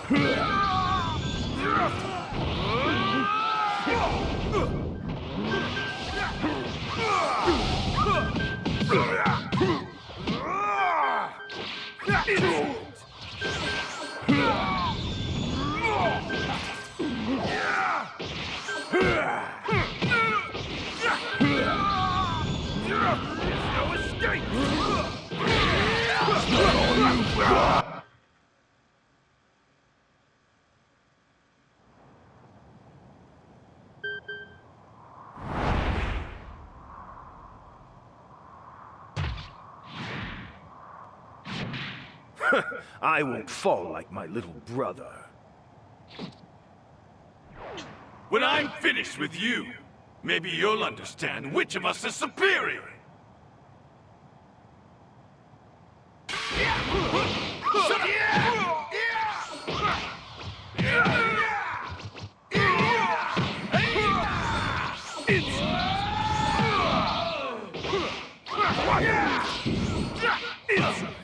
The fight's only just begun!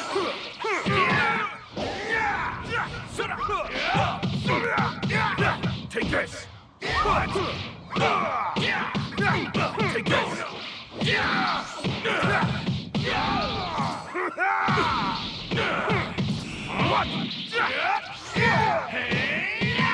What?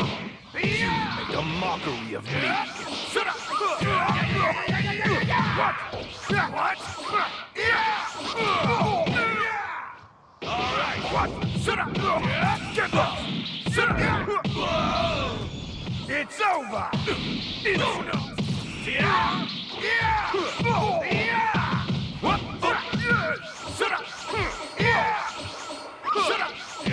I will not lose. Sit up! Get lost! Sit up! Sit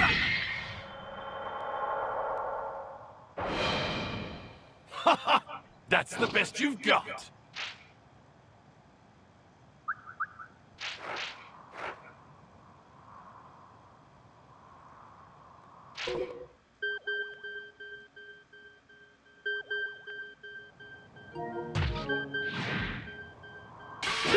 Take this!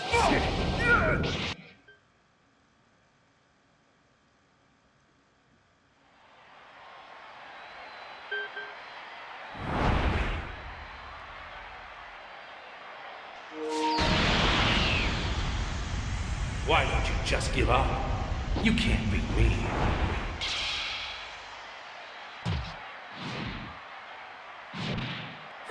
I won't fall like my little brother.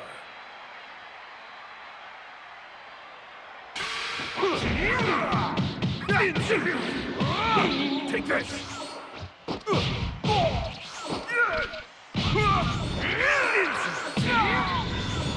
Take this! Take this!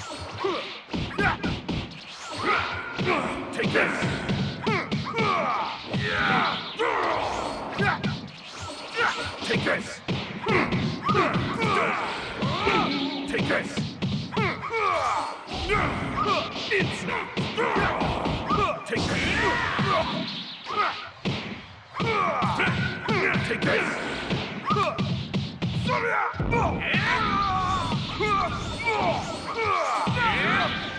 Take this! Take this!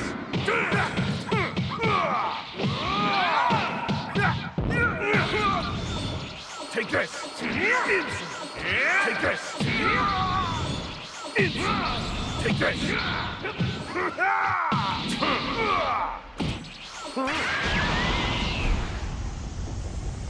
Something beyond my strength limit.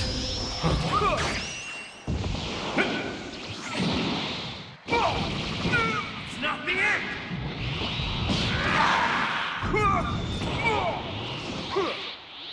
Nice attack. Take this! What? Insolent! Take this!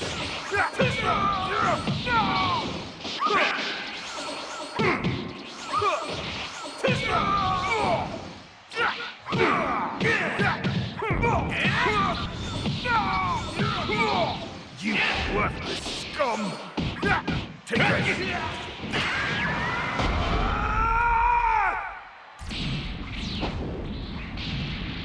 Let the bloodbath commence. Take this!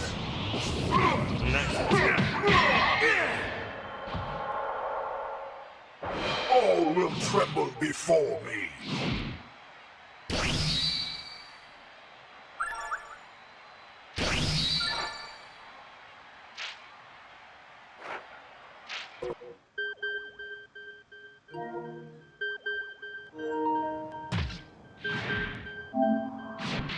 Plotting universal conquest, are we? Yes! I will soak the dirt in your worthless blood!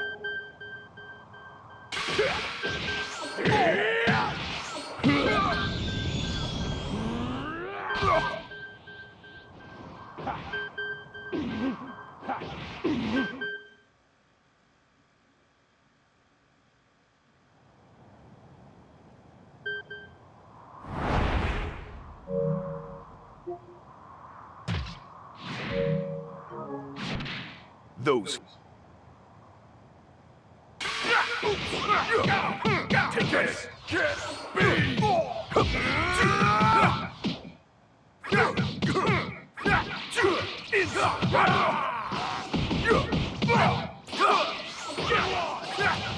Take this!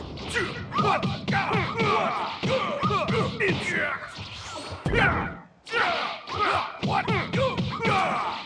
You're in my way! Get lost! Take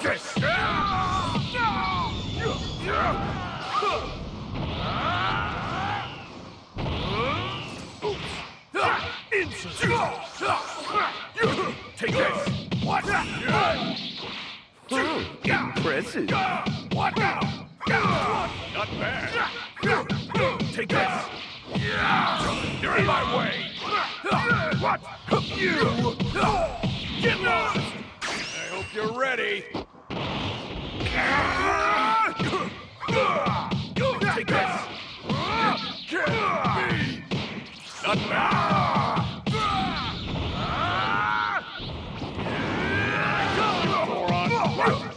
What? Get lost! Take this! Take this! Get lost! Not take this!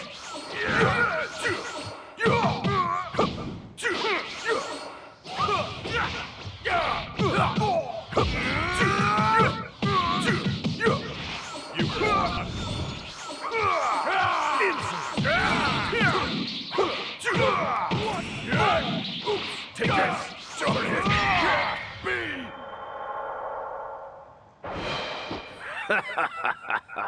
You know, it's a privilege to take a beating from me.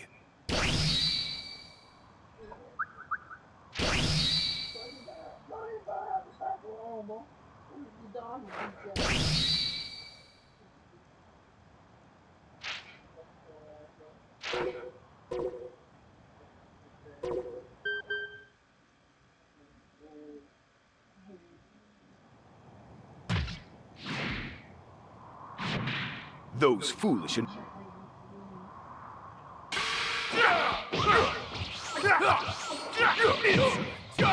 What? Take this! Not bad.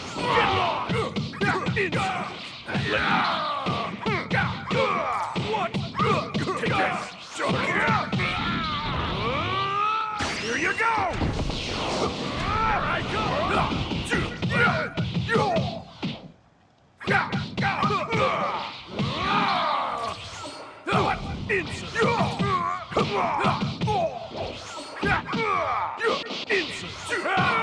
What? What? Take this! Take this! Get lost! Take this! Get lost! Take this! Impressive. You moron! What? What? What?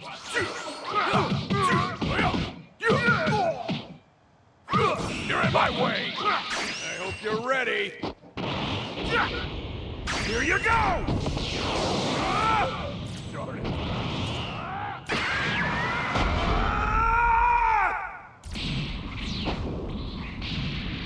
Let the bloodbath commence! Feel the night! Change the future! This will change everything! Your fate as well! I am nothing like my brother!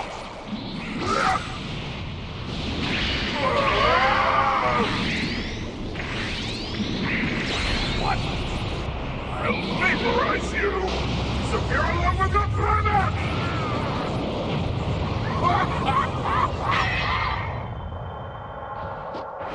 You're so weak that killing you is not even worth the trouble.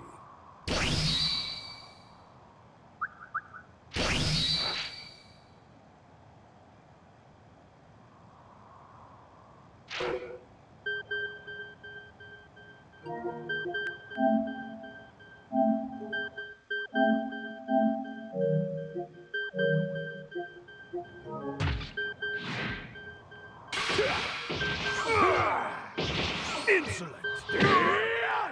Take this!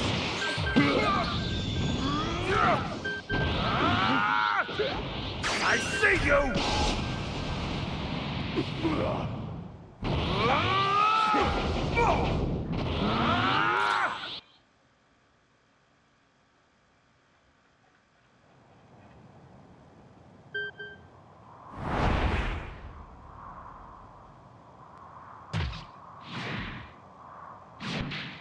I have not given my permission.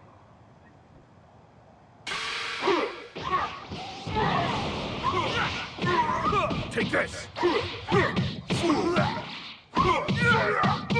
You! Take this!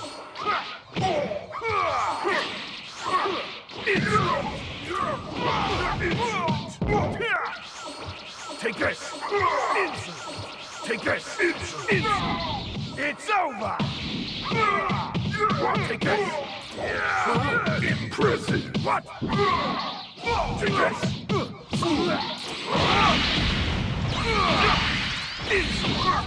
You have your chance! What? Take this! Take this! No escape! Take this! What? Take this! Take this! No escape! Take this! Take this!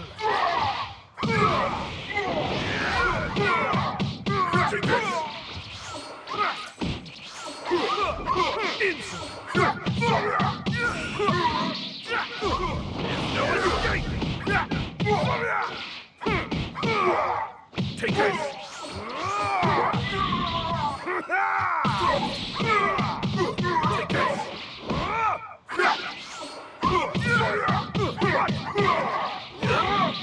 you! I see you!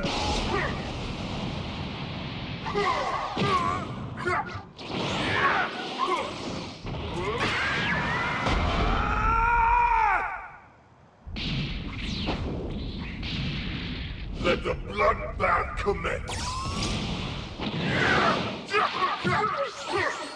I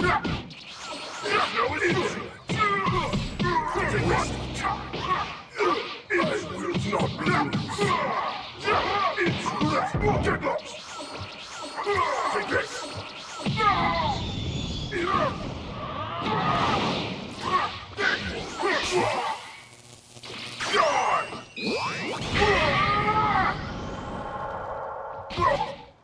All will tremble before me!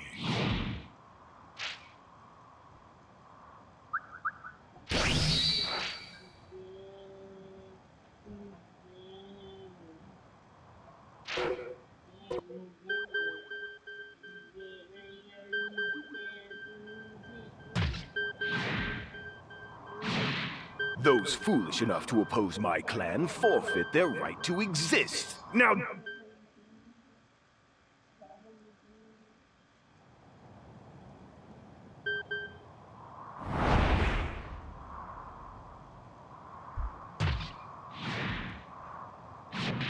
Plotting...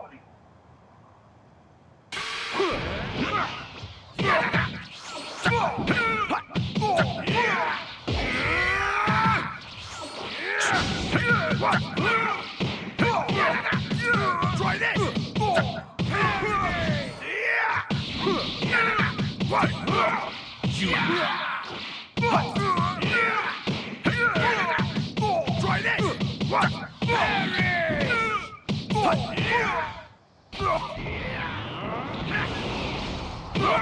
What?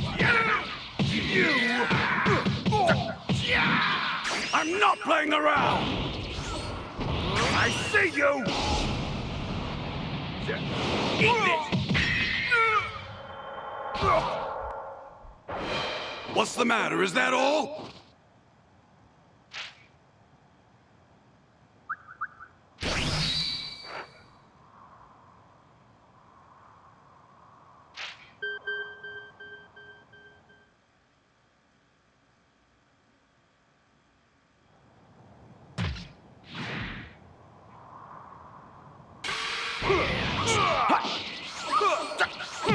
Take this! Insolent! Take this! Take this!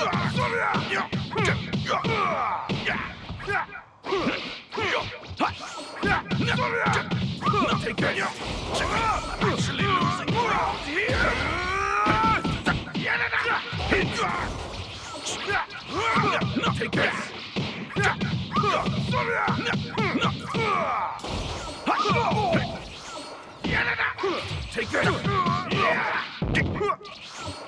Insolent!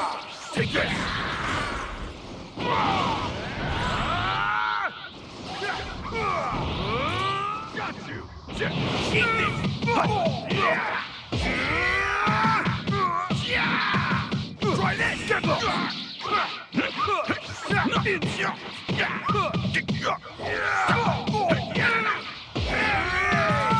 What?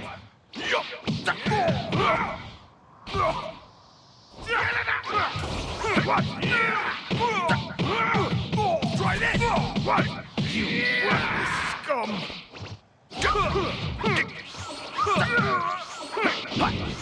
No escape! What? Take this!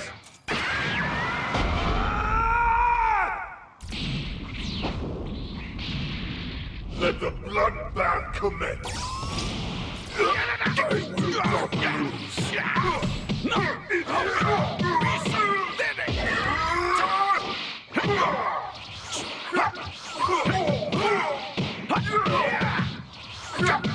Take this!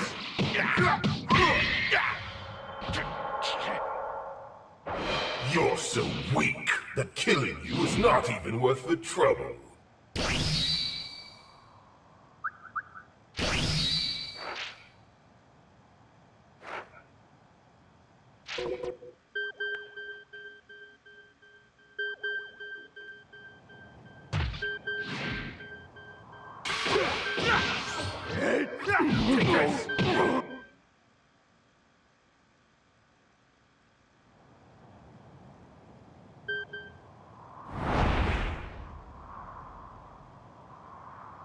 How's this for incentive? If you can... Hi? Take this!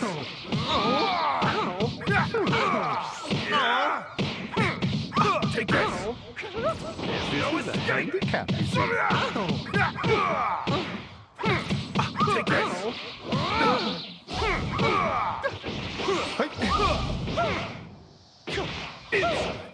What?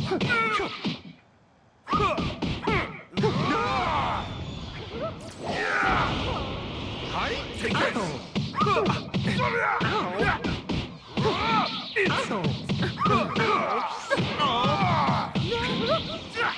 I'll play with you for a little while.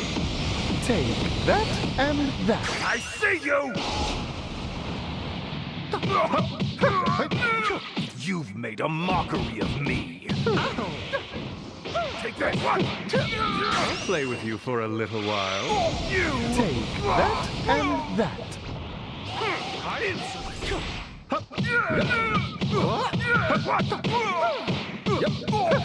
Hi? It's over!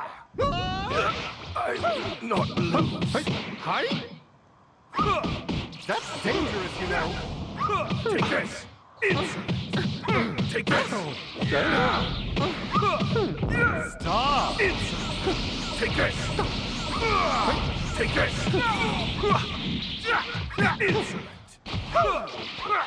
What? Huh? I'll play with you for a little while. Take that and that. What? How the fuck does he have a fucking fast recovery? Just for my peace of mind, you Bro, don't how actually the think you fuck could does he have beat a me. fast fucking recovery? What the fuck?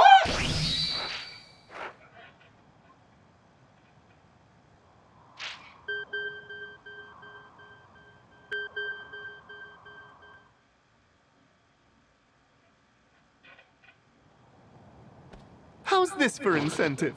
If you can beat me, I'll give you my dessert. Get lost! Take this! Hi? Take this! Sit. Hi.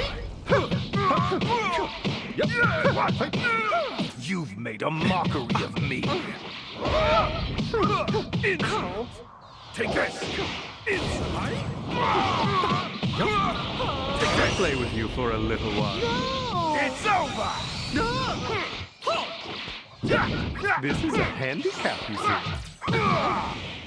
Take this! Insult! Over here. No escape! What? What? Take that and that and that. Here you go.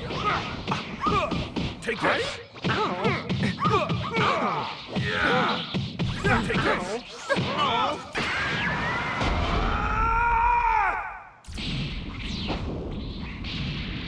Let the bloodbath commence!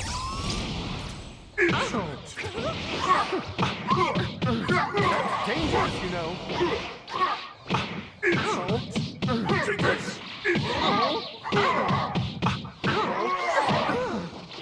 I'll show you true hell!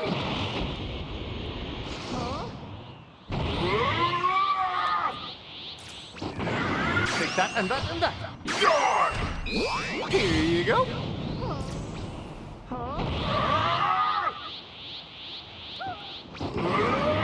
Take that and that and that. Here you go. Take that and that and that. Here you go. You worthless! Take that and that and that. Here you go.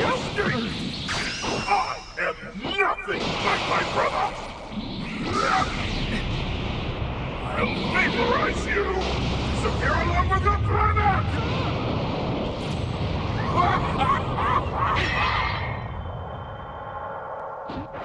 You're so weak that killing you is not even worth the trouble.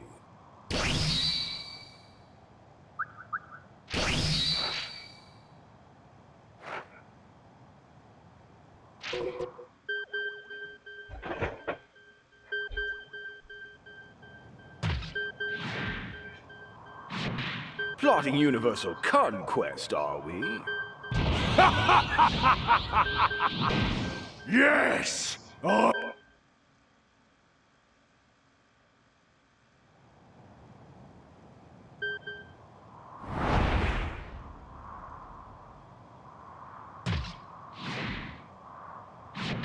I'm not the type to believe rumors alone. Show me what you can do.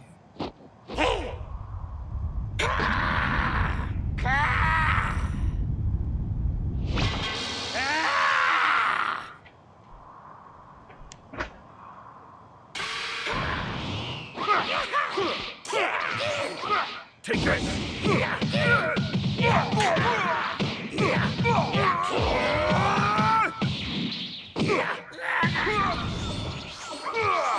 Take this!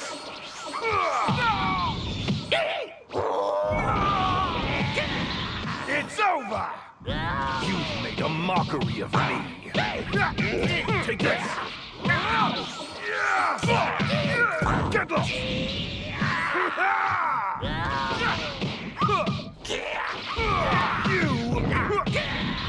It's over!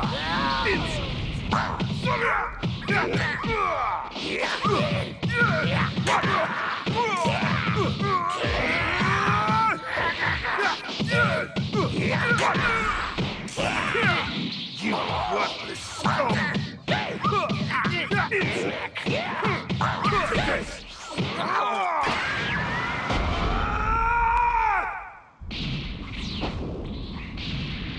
Let the bloodbath commence! Take this! Take this!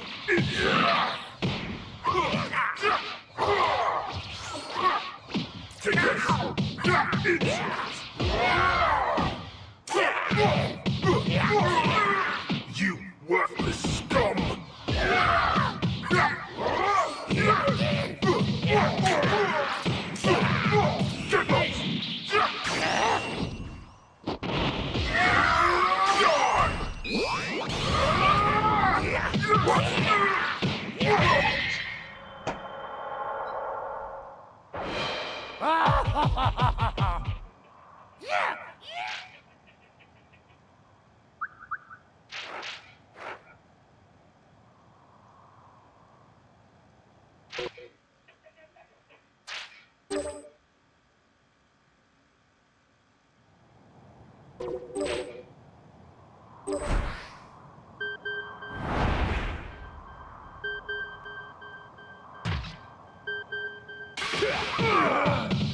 Take this!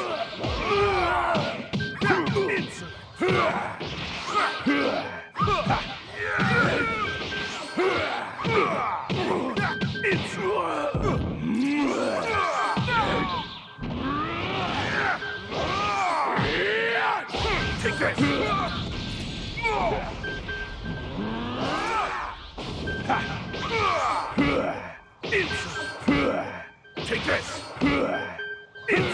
What?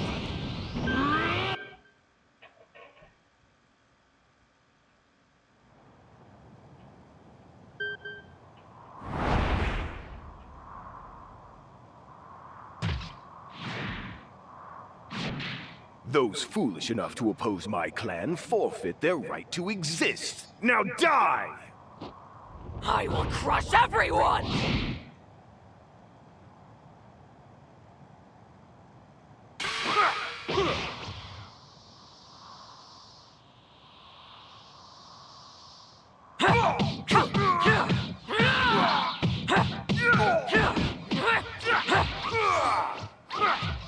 Take it! I see you! Over here!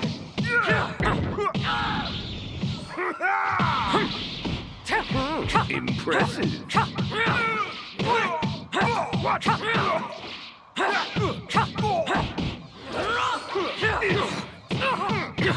Take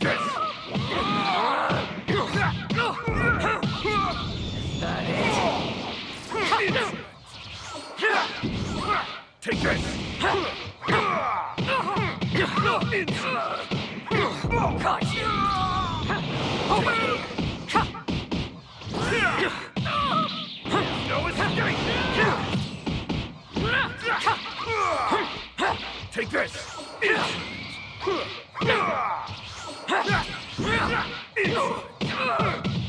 Take this!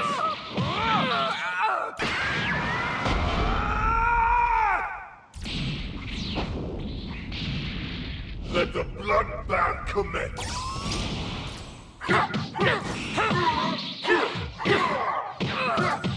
Take this. I'll show you true hell.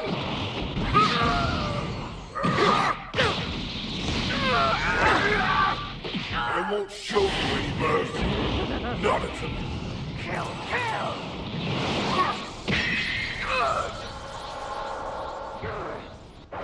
you're so weak that killing you is not even worth the trouble.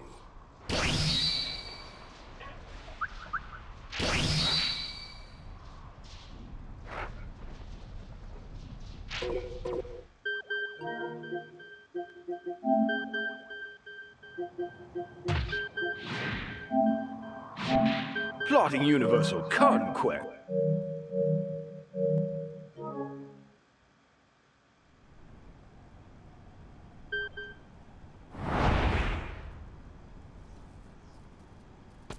Fine then. Why don't we get to it already?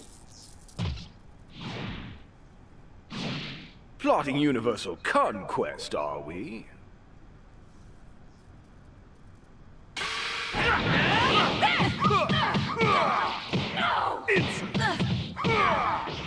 I'm just getting warmed up. Don't you like that? Take this! So pitifully weak. Take this!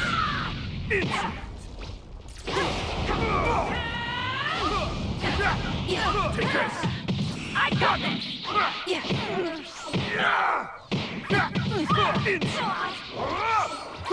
Take this!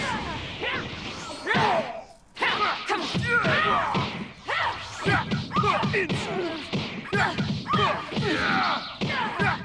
Nope! Take this!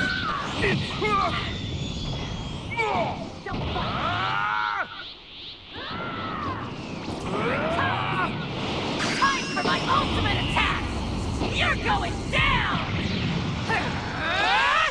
I win! Thought I'd lower my guard? Thought finally! Take this!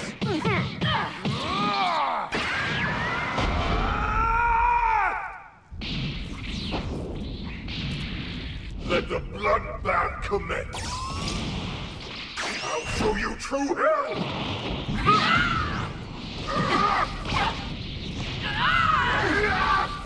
I won't show you any mercy. Not until I rip out your throat. You're so weak that killing you is not even worth the trouble.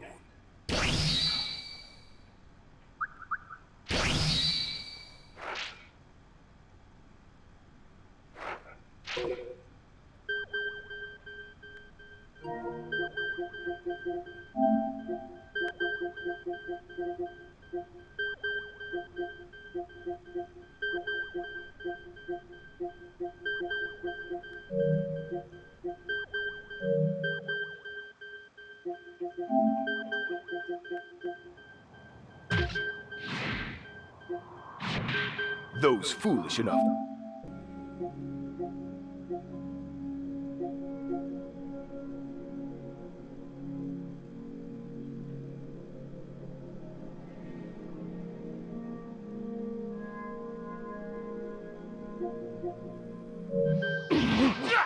Take this!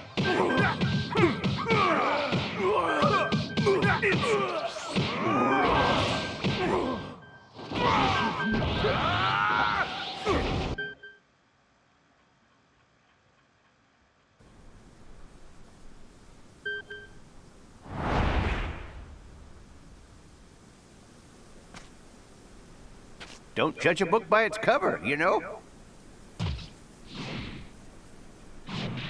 Those foolish enough to oppose my clan forfeit their right to exist. Now die!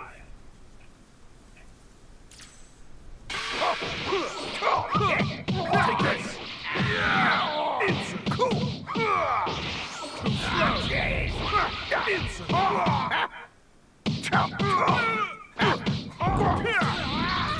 It's over! What now? Pay attention! Take this! What now? Catch! I'm very with energy! Hey! No more games! Max power! Right there! Over here!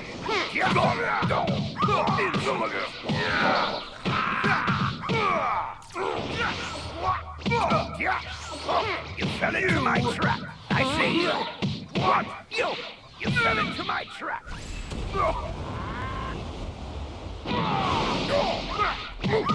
Take this!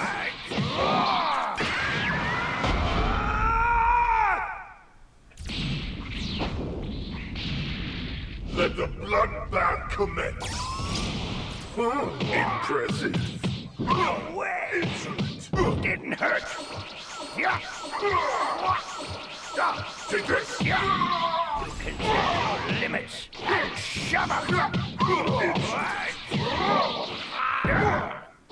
can't keep this up for long.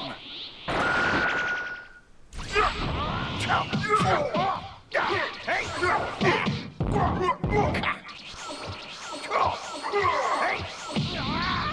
It's over.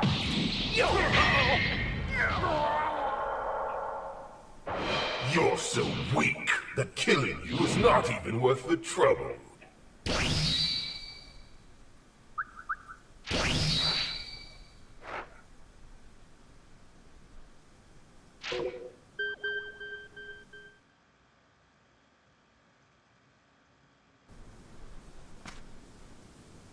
Don't judge a book by its cover, you know?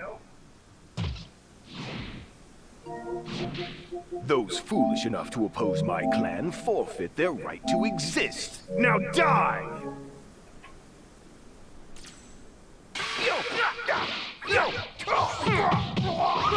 Pay attention! Hey, you! Take this! Take this!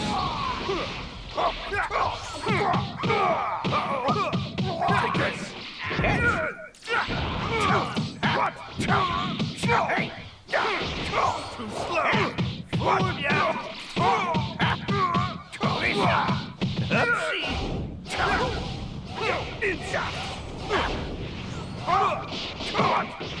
Pay attention! Impressive. Hey! You! Hey! Hey!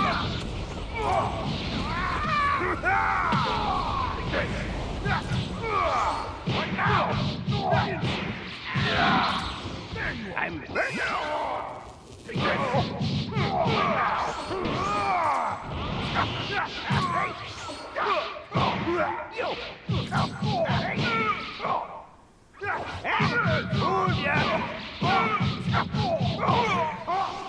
no escape!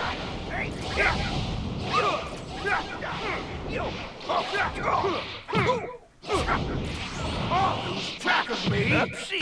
No more games! Max power! You fell into it! In no way!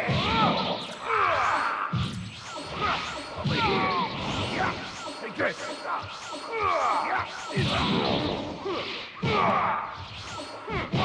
You can take your limits and shove them!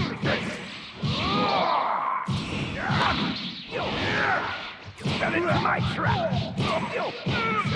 Watch out! You worthless! It's right!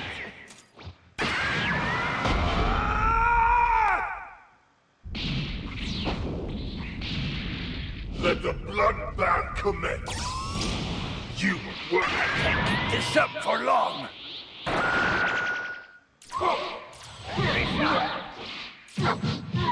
Have another. It's over now.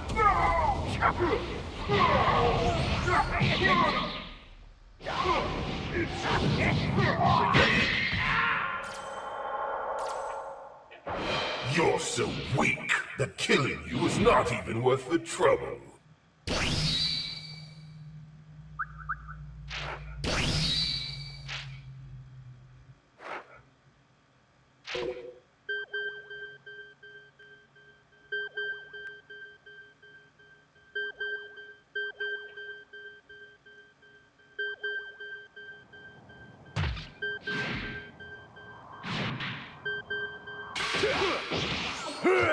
Take this!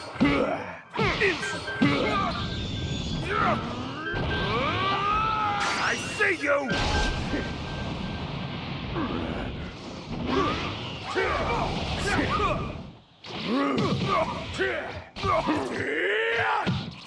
Take this!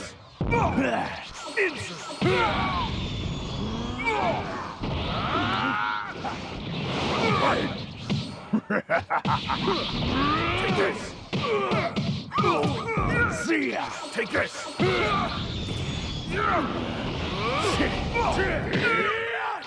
Impressive.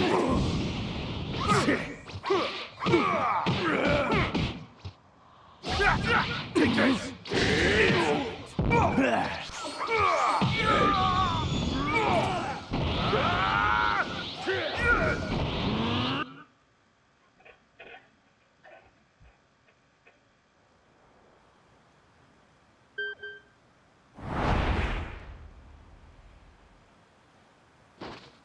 You think you're ready to face me?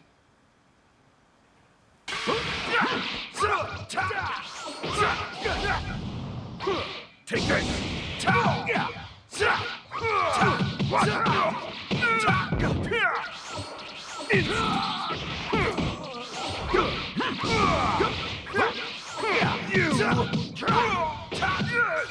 Take this!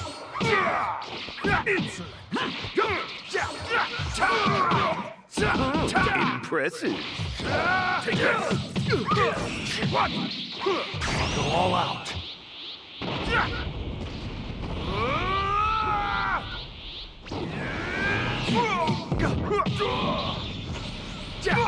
How's that? How's that? How's that? Take this! Now, take this! You're mine!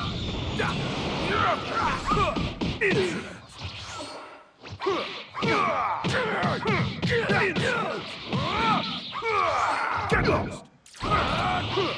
Moron! Take this!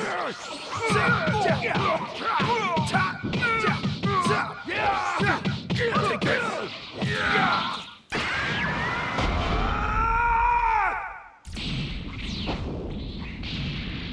Let the bloodbath commence. Take this! Screwed up.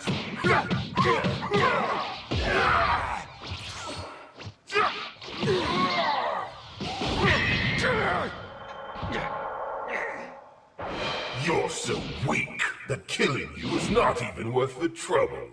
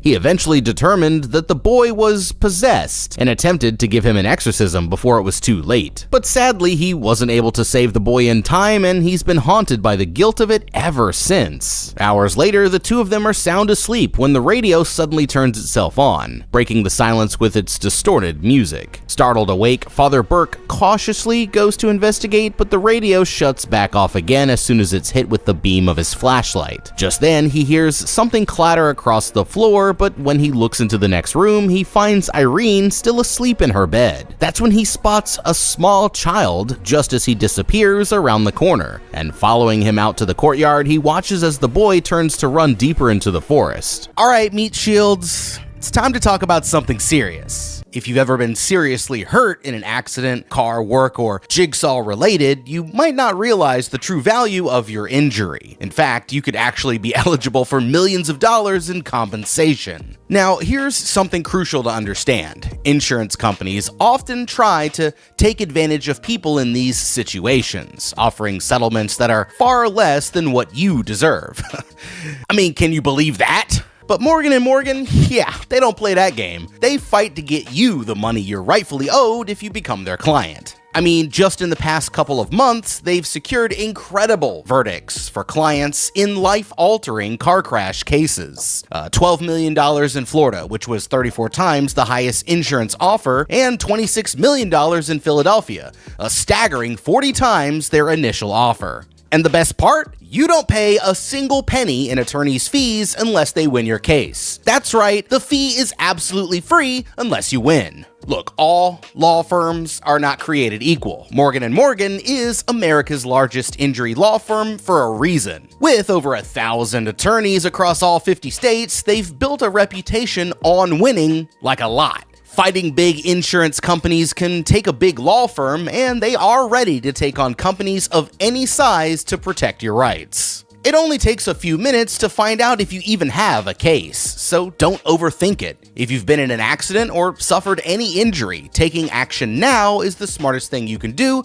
to protect yourself. Morgan & Morgan have even modernized the entire process. You can submit a claim and communicate with their legal team directly from your smartphone. It's just that easy. If you've suffered a serious injury, your case could be worth significant compensation, and a life-changing resolution could be just a few clicks away. It's simple to get started. You can begin your claim with Morgan & Morgan now at forthepeople.com/beat or by scanning the QR code on screen from your phone's camera. Remember, you guys don't have to go through this one alone. Thanks to Morgan & Morgan for sponsoring today's video, and without further ado, let's get back to the show.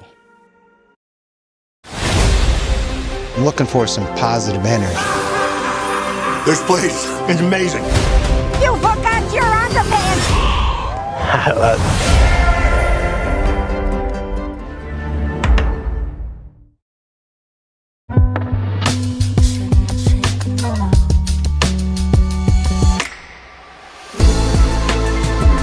Get 4.4% APR for 36 months on a 2025 Cadillac XT5. Chasing after him, they end up back in the graveyard where he can see the child watching him from behind the tombstones. But every time that he shines his light on him, the kid just reappears in a different spot, until finally he stands long enough for the father to realize that it's the same boy who passed away during the exorcism. Holy f***ing shit. All of a sudden, he begins to choke as a massive snake emerges from his mouth, and backing up, the priest is so distracted that he falls right into an open grave. Terrified, he screams for help as he realizes what the hell is about to happen, but an instant later, the lid slams shut, and he's suddenly buried under 6 feet of dirt with no hope of escape. Okay, yeah, that escalated pretty quickly. I mean, it only took less than 24 hours for Father Burke here to end up in an early grave, literally. But he wouldn't even be in this situation if he hadn't fallen for the most obvious trap that anyone has ever seen. You see, fighting demons isn't just a physical battle, it's also a battle of the spirit, and one of their favorite tricks is to break you down by exploiting any unresolved guilt. So if Father Burke here was still carrying the guilt of what happened to the boy, then he should have gone to confession first and had his sins forgiven. That way, the demon wouldn't be able to use it against him. Now, being buried alive is one of the most terrifying situations I can possibly imagine, but he still might have a chance if he uses the right strategy. Like, first off, a coffin only contains about 60 to 90 minutes of breathable air, so he needs to use it wisely. Screaming for help's only gonna get him killed faster because it'd be borderline impossible for anyone to hear him unless they literally had their ear to the dirt. So instead, he needs to stay quiet and slow down his oxygen intake to extend his air supply for as long as possible. But he's still gonna run out of air eventually, so if he ever wants to see daylight again, it looks like his only choice is to break out of there Kill Bill style before he suffocates. The good news is that the coffin is made of wood, so it should be possible to break through. First, he should use the flashlight to start checking for weak points at the top corners near his head. Then he needs to angle his body sideways with his shoulders facing the weakest corner, tuck his knees to reduce the pressure on his chest, brace one arm against the opposite wall, and use a piece of cloth to cover his nose and mouth for when the dirt starts pouring in. After that, he can use the flashlight to start prying at the corner until he gets it to flex. And from there, he can use it like a hammer until the board comes completely loose. Once the dirt starts coming in, he needs to use his hands to push it down towards his feet, while wiggling his shoulders up through the gap, and then slowly but surely just keep tunneling his way out of there like a little mole rat until he reaches the surface. Is it technically possible?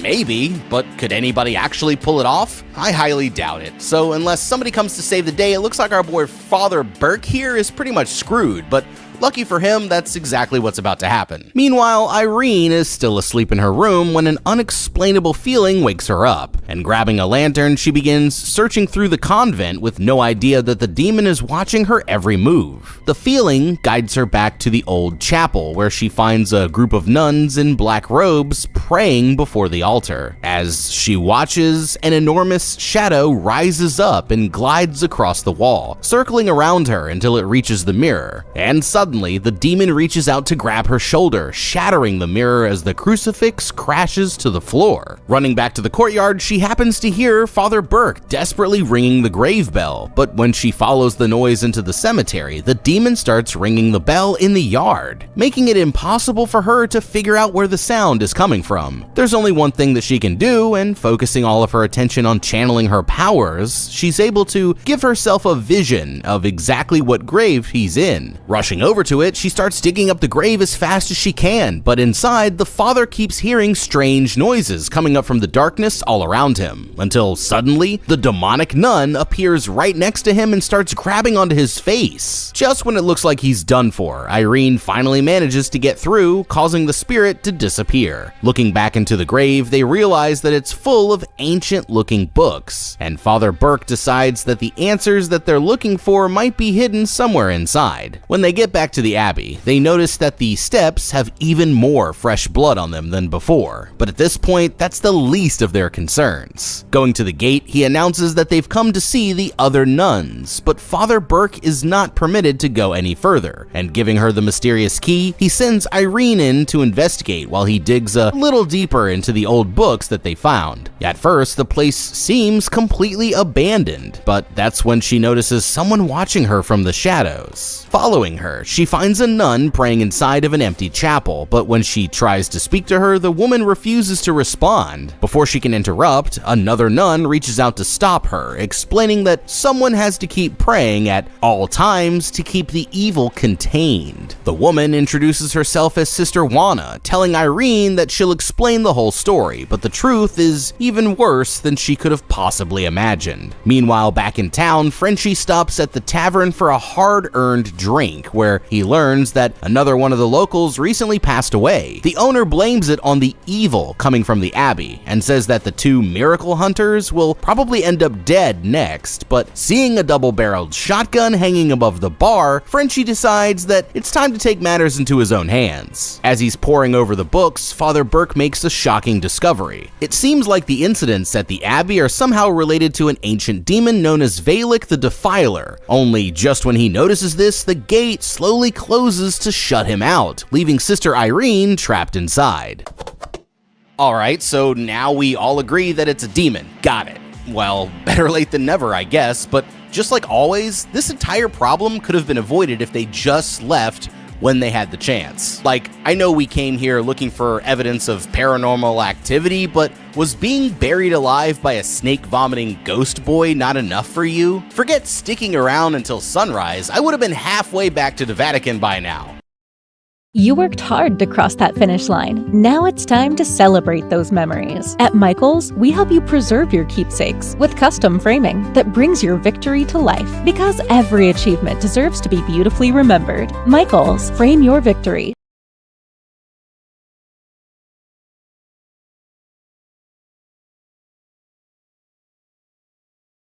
Skip the rental counter with Turo. Rent just about any car, just about anywhere. But since these two seem determined to figure this out on their own, there's something else that I would have tried first. Now remember, Father Burke needed help from a nun because they're the only ones allowed inside the Abbey, right? But if that was their only requirement, then they would have chosen a nun who'd already taken her vows, instead of like a low-ranking initiate like Sister Irene here. But the reason why they sent her instead of anyone else was because of her visions. So if we're not using them to their full potential, then it's a huge wasted opportunity. Now, the incident back at the graveyard proves that her visions provide accurate information, so before going back into the Abbey in person, I'd have tried using Irene's powers to see inside without actually knowing what's going on, you know what I mean? They just need a way to trigger her visions, but it might not be as complicated as you think. The fastest way to get her in the right mindset is through sensory deprivation, which means cutting her off from any external distractions. So, first, Irene should wrap a blindfold over her eyes and then use radio static to generate white noise, just like the bells ringing back at the graveyard. Then they can use a key as an anchor object to direct her vision towards whatever door it opens, since right now that seems like their best lead. The combination of the blindfold and the radio static should block out anything that might distract her, allowing her to focus completely on her own intuition, and, you know, with any luck, this might just give her another vision that shows them exactly what they need to do next. While discussing things with Sister Juana, she notices that the older nun keeps coming to interrupt them, and the girl explains that many of them don't want any outsiders involved in their business. Many centuries ago, an evil duke built the castle where he would conduct occult experiments in an attempt to summon demonic forces. Eventually, the demon showed him how to open a portal, allowing it to pass through into our world. But the church stopped him just before the ritual was complete, sealing the portal shut using an ancient relic and guarding it for generations. That is, until hundreds of years later when the Abbey was damaged during the war, and the demon was able to escape once again. After listening to her story, Irene tells Sister Juana about the demonic nun, and she explains that they've all seen her wandering the Abbey late at night. Although she looks like one of them, it's actually the demonic spirit in disguise, and she's afraid that it's only a matter of time before it kills them all. Just then, they're interrupted by one of the older nuns, who says that it's time for Sister Juana here to take her shift on prayer duty. Realizing that Irene isn't an official nun yet, she tells the girl that it's time for her to go. But Juana points out that the gate is already closed, leaving her no choice but to stay in the abbey until the morning, leading the girl to Sister Victoria's old bedroom. Juana says that she'll have to stay there for the night. Before she goes, Irene asks her about the strange key, but the nun immediately denies knowing anything about it, locking the door from the outside as she leaves to go pray. Back in the entrance hall, Father Burke discovers a map that shows a secret tunnel leading to a ritual chamber somewhere on the property. This must be the source of the evil, but now he has to figure out how to find it. A moment later, he hears the abbess speaking to him from the shadows, and confronting her, he demands to know what the hell is really going on there. But instead of offering up any information, she simply tells him that it's already too late, before slumping over in her chair as a supernatural wind blows out the candles. Confused, Burke leans in closer to check on her when all of a sudden the body lunges forward to grab him by the arm, and as he pulls away, the woman's decayed hand breaks off and shatters into pieces on the floor. It turns out that Granny here was actually the demon the whole time, and it looks like they fell just right into its trap. Okay, well, surprise, surprise. Who could have seen that one coming? She's still trusting that the other nuns have good intentions, but I've seen enough to know by now that they can't be trusted. First of all, the demon is clearly not contained, and if this has been going on for a while now, then why did the Vatican have to send someone to them instead of the other way around? Wouldn't they have sent like a letter or something asking for help? Now let's see, Irene could try the door, but that idea has a few problems. It looks too heavy to break through, I'm not sure if she can pick the lock, and going that way would only lead her deeper into the abbey. So instead, I'd try Sister Victoria's strat of going out through the window, except our goal is to actually survive this time. After that, she needs to tie together a rope out of bed sheets, blankets, curtains, and whatever else that she can find. The best strategy is to use a type of knot called a sheet bend, which is best for joining ropes of different thickness. You start by making a loop in the thicker rope and then pushing the thinner rope through the loop and then tucking it back under itself, pulling it tight for a strong knot that's used in real-life escape scenarios, just like this. Once she's got that rope taken care of, secure it to the bed frame or something mounted to the wall, and before she goes, I'd try tossing the mattress out the window first. That way she'll have something cushioned to land on. Now it looks like she has about 40 feet to go. The sheets should get her about 30 feet down, and if she has the long belt that she's wearing, then she can add another 6 feet or so. Then it's as simple as lowering herself all the way down to the bottom, dropping with her knees bent, and rolling when she hits the ground, like Link does. You know, in Legend of Zelda, easy, right? Once she's out, she can reunite with the priest and get out of there on foot. They'll have to run all the way back to town in the middle of the night, but it might not be as bad as you think. You know, earlier, Frenchie's horse stopped about a mile or so down the road, refusing to get any closer because it could sense the evil. Now, as strange as it sounds, some studies have shown that animals can detect changes in electromagnetic fields, allowing them to recognize the signs of supernatural danger before humans can. Yeah, look it up. The reason why this is important for us is because it shows them that the boundary of the demonic influence is there. So if they're able to make it to the point where the horse stopped. Look at your new tires. Oh.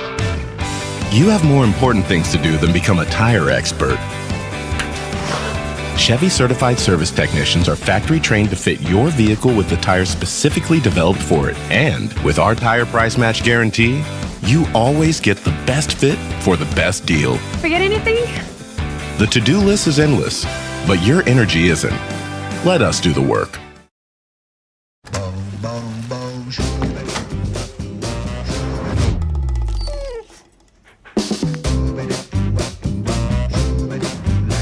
The bespoke AI laundry combo washes and dries in only 68 minutes.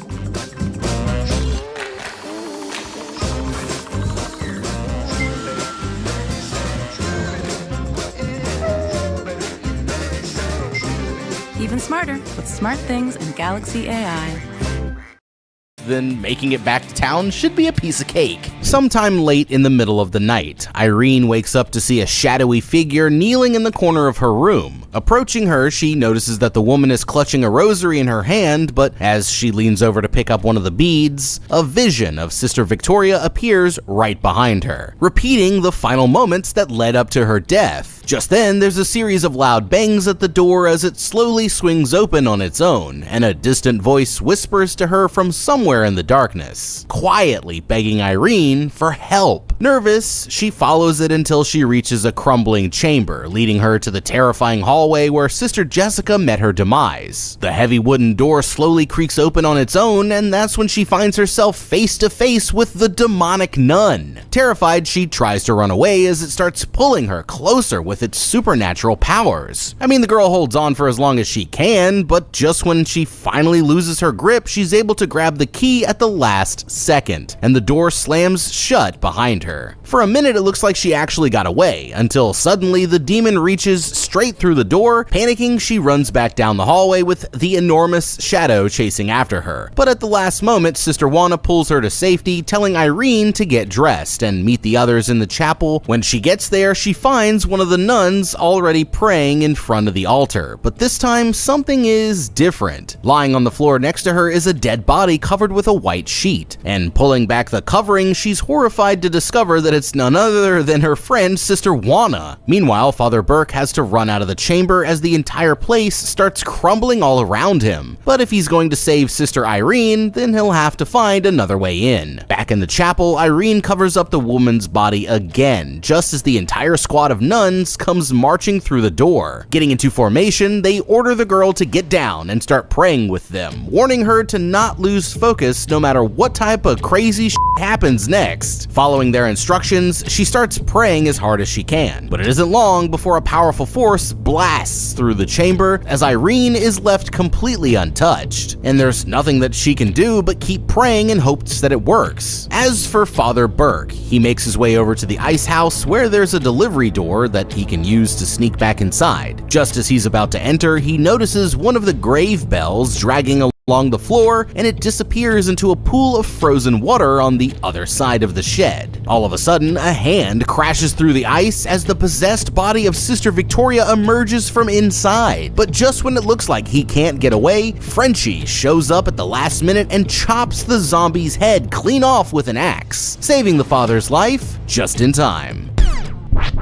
Alright, Frenchie here is turning out to be a badass, and that's something I did not expect. My man just showed Father Burke how it's done, and this actually tells us something very important about the demon's minions. By taking out zombie Sister Victoria, he proved that these things can be defeated with good old physical violence. And Frenchie here already came in clutch with an axe and a shotgun. He says that he's saving the boomstick for emergencies, and since they never know what they might encounter inside, I'd say that it's a good idea. But after seeing this, it would be a huge mistake for Father Burke to go in there empty-handed. He should grab a weapon like a shovel from here at the ice house before going inside, and use the oil from his lamp to make them each a torch. Once they're inside the castle, Burke should lead the way using his holy abilities to ward off any threats, like by holding up a cross and saying prayers as they go along.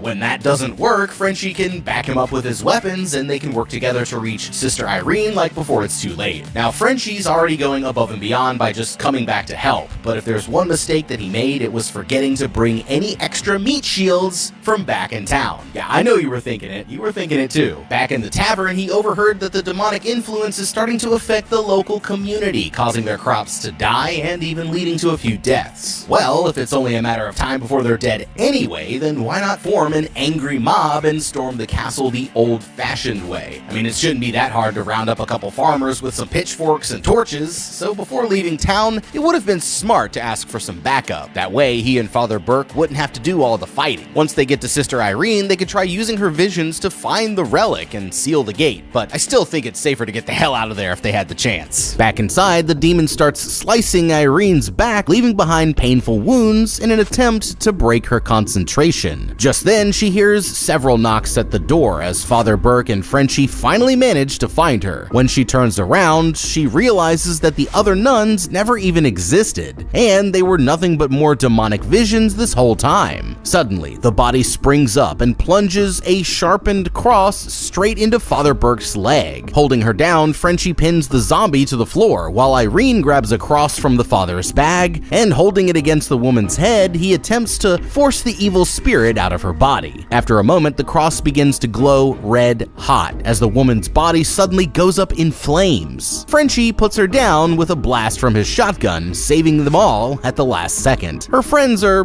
worried that there's no way to stop the demon, but that's when Irene remembers something pretty important here. The demon can't fully enter our world without possessing a human soul, which is why Sister Victoria chose not to let it escape. This means that there's still time to close the portal, but if they're gonna do it, then they're gonna need to find the same relic that the knights used to shut it all those centuries ago. Thanks to her visions, she thinks she knows where they'll find the chamber, but first, she wants Father Burke here to make her an official nun, asking her if she's sure. He takes out his Bible and accepts her vows as they get ready for the final battle. Following her lead, they make their way through the abbey and into the catacombs hidden deep underground, where they eventually come to a chamber that looks like a dead end. They find a secret keyhole hidden in the wall, and placing the key inside, she opens a secret compartment containing the holy relic itself, giving them everything they need to defeat the evil once and for all. Carefully holding the relic out in front of him, Burke says that only a nun has the power to use it, so when the time comes, it'll be Irene's job to seal the gate. With Father Burke leading the way, they come to the door that seems to be the source of the evil, and carefully heading inside, find themselves in an ancient dungeon. They need to work fast to find the portal, so they decide to split up to cover more ground. But it isn't long before Frenchie starts hearing noises in the dark. Suddenly, something growls at him from one of the pitch-black chambers, blowing out his torch with a blast of demonic energy, and horrified, he immediately goes running back to the others. Meanwhile, Irene turns around to see a nun standing behind her, when out of nowhere, she's blindsided by another zombie, but she gets away and finds herself in front of another open chamber.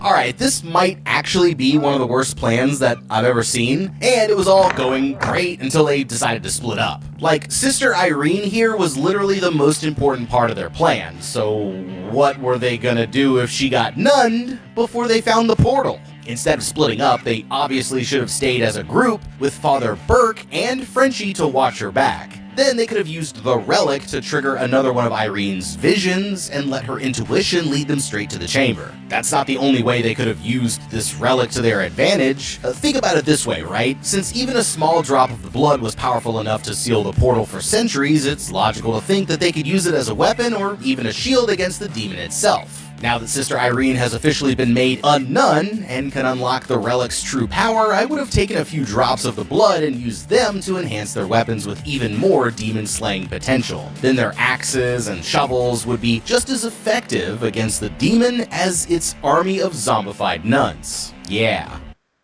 I don't think I've ever met anyone famous. Well, you're about to. So, with all four assembled, cheers! And the celebrity en route, will these three objects help them work out who the famous cousin could be? Ooh. Thumbs up emoji? Well, there's quite a happy face, isn't it? It could be a comedian. I can see a microphone, could be a singer. Or a stand-up comedian. Yeah. The Manchester comedian. Manchester B. I think it's a Manchester comedian. What Manchester comedians do you know? I think it might be a Jason Manford. Oh. He is a mank, but are these his feet? Someone from Take That, maybe? Oh, I'd love to meet Gary Barlow. That's made my day if it's Take That because I get to meet Robbie Williams. All the happy Mondays. You're twisting my melon, man. That tickled Tracy. But with the celebrity approaching, has anyone cracked it? Any of the Spice Girls from Manchester? Melby. Wasn't like a bit. Oh, B though. Yeah. Oh, behave. I'm dead set with Jason Manford. You really are, aren't you? I'm dreaming of Shaun Ryder or Bez or something from the Happy Mondays, you know. I am. Okay, you lot, it's time to get this party started as the star is about to step forward. Hola! Oh my god, I am buzzing. Potential family members. Sean Ryder, singer of the Happy Mondays. Yeah, he's God in our hands. Somebody's like an icon. I'm Steph. Steph. Yeah. Hey, Steph. Hi, I'm James. James. I probably got lots of cousins out there. You two look like you could belong to the Carroll's clan, right? Which is my mum's side. Nice. I heard rumours that Fred, who was my dad's dad, he was one of 20 kids. And then they both could be riders. He's a bit of a loose cannon, so I'm not expecting any dull moments. I think that's a given. I actually now reckon it's you. Me? They look like I could be related to any of them, because they're all odd.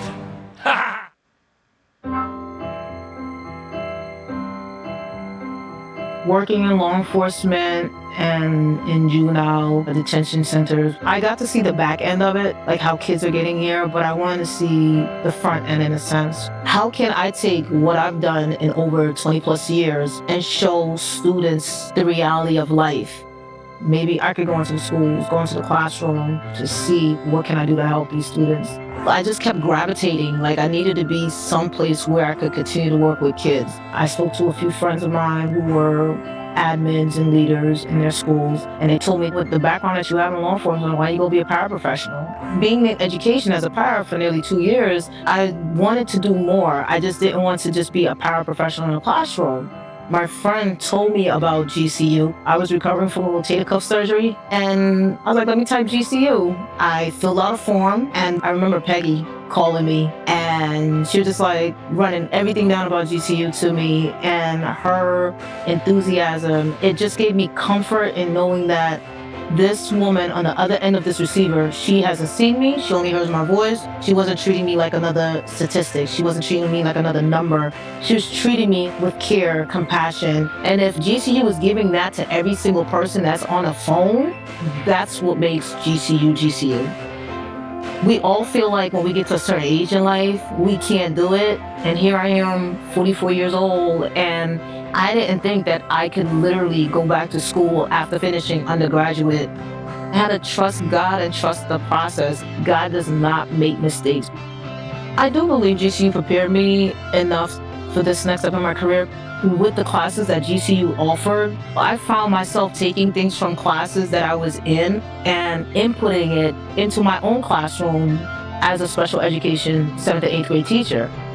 I always tell my students, you are not a product of your environment. You are the change that you seek.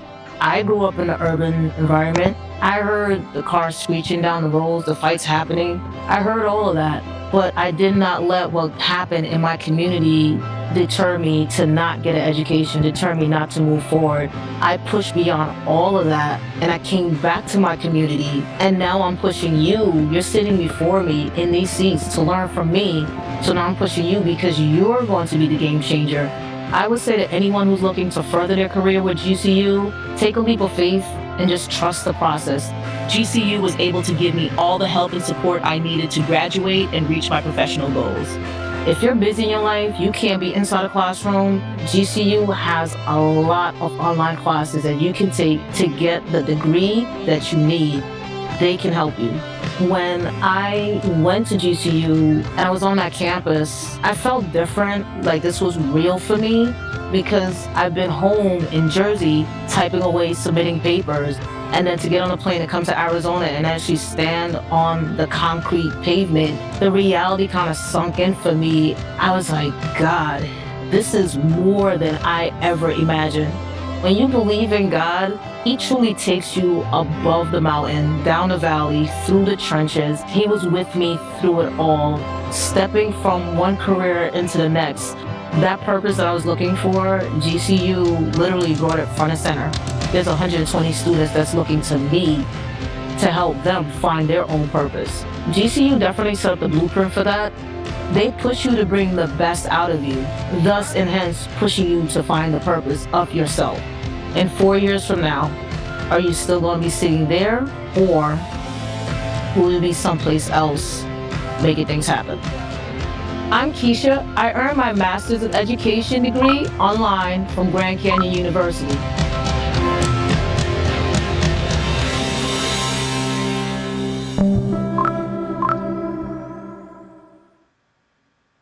I'd also put a few drops on everyone's neck, wrists, and ankles. That way, if the demon tried to grab them, it would be repelled by the holy protection, making them pretty much invulnerable to its attacks. If they thought of this one simple idea, they could have completely turned the tables to make it so the demon was the one running from them. But now it looks like they'll be lucky to make it out of here alive. She carefully opens the door and heads inside, but as she reaches the center of the room, she realizes that she's standing on top of a pentagram. She's already been surrounded by over a dozen nuns. Hearing her scream, Frenchie rushes to the door, but he isn't able to get through, and when Father Burke turns the corner, he's met by another group of demonic nuns that slowly begin to close in. Having to think quickly, he empties out a bunch of oil onto the floor before dropping his lantern into the puddle, creating a barrier of fire that holds the creature back, at least for now. Using his shotgun, Frenchie decides that when you can't find a door, you can always just make one instead. But as he gets back to his feet, he realizes that he's completely surrounded by the zombified nuns now. With no other choice, he makes his way into the crowd while they all just stand there completely motionless, until suddenly they all split apart to reveal Sister Irene hitting a sick Michael Jackson pose in the middle of the dance floor. Going up to her, he pulls off the girl's hood as he tries to help, only to get sent flying clear across the room as the demon takes over her body. Pinning him up against a pillar, she grabs the shotty and gets ready to blow his head off, but while she's distracted, he's able to reach the relic on her neck, dipping his fingers in the blood and spreading it across her face. This sets Irene free from the demon's control, but grabbing Frenchie by the neck, it lifts him high into the air and launches the girl back into a flooded chamber. Finding his way through another hall, Father Burke is just about to reach them when he's attacked by the demonic snake, and it latches onto his eye before he's able to fling it away. Realizing that she's lost the relic now, Irene sees it floating in the water nearby, but before she can reach it, the nun rises up out of the pool and flies towards her, grabbing her neck as it forces her beneath the surface. This is where Burke tries to step in, but it smacks him against the wall and knocks him out cold. Luckily, while the nun is distracted, she's able to grab the relic just before falling unconscious. For a moment, it looks like the demon just won, but as it looks closer, it realizes that the glass is broken, and that's when Irene spits the holy blood all over his face, causing the demon to be torn apart and seeing the portal just as Frenchie pulls her to safety. Gasping for air now, she thanks her new friend for saving her life, and it looks like Father Burke managed to survive the fight too. With the portal sealed and the demon back in the underworld where it belongs, they say a prayer for the ones who didn't make it and set off back towards the village to live their lives in peace. In the end, that makes 2 down with 3 lucky survivors, but as they pull away, Frenchie touches an upside down cross, so it looks like the demon isn't finished with them after all. Alright, this is just great. So much for stopping the evil. They just set it free and completely wasted an ancient holy relic in the process. The worst part is this means Sister Victoria and the other nuns died for nothing because in the end, these 3 came along and gave the demon exactly what it wanted. Well, thanks for nothing I guess, because it looks like you 3 just up. Like if I didn't know any better, I would have thought that you were actually trying to get possessed this entire time. I mean, you said your job was to see if the grounds were still holy, right? Well, buddy, I don't know what kind of evidence you came there looking for, but one look at the place from the outside should have told you everything that you needed to know. What's crazy is that Frenchie here kept trying to warn you, but you managed to find an excuse for everything he said, even though absolutely none of it made any sense. Everybody's too scared to get within 5 miles of the place? Maybe just a local superstition. A dead body sitting straight up after spending weeks stashed in a freezer? Probably just gas or something. Fresh blood on the steps as if somebody just died right before you arrived? Perfectly normal. It happens all the time. I mean, what exactly was it gonna take for you to see the paranormal activity staring you right in the face? After being buried alive by a ghost kid and discovering a grave full of the most demonic looking books that the world has ever seen, your genuine reaction was, I know, let's go back to bed and try again in the morning. My guy, this is the moment when you're supposed to sprint off the property and tell the Vatican that they can call in the Ghostbusters for all you care. Because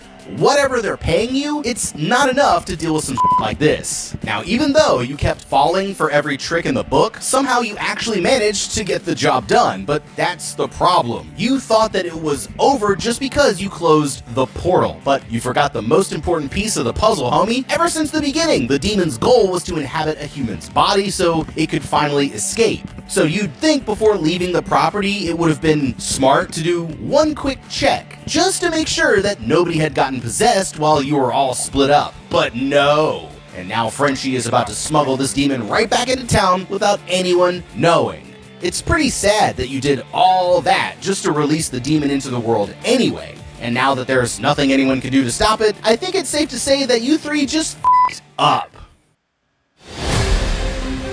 I'm looking for some positive energy. This place is amazing. What the hell is happening? Let's go.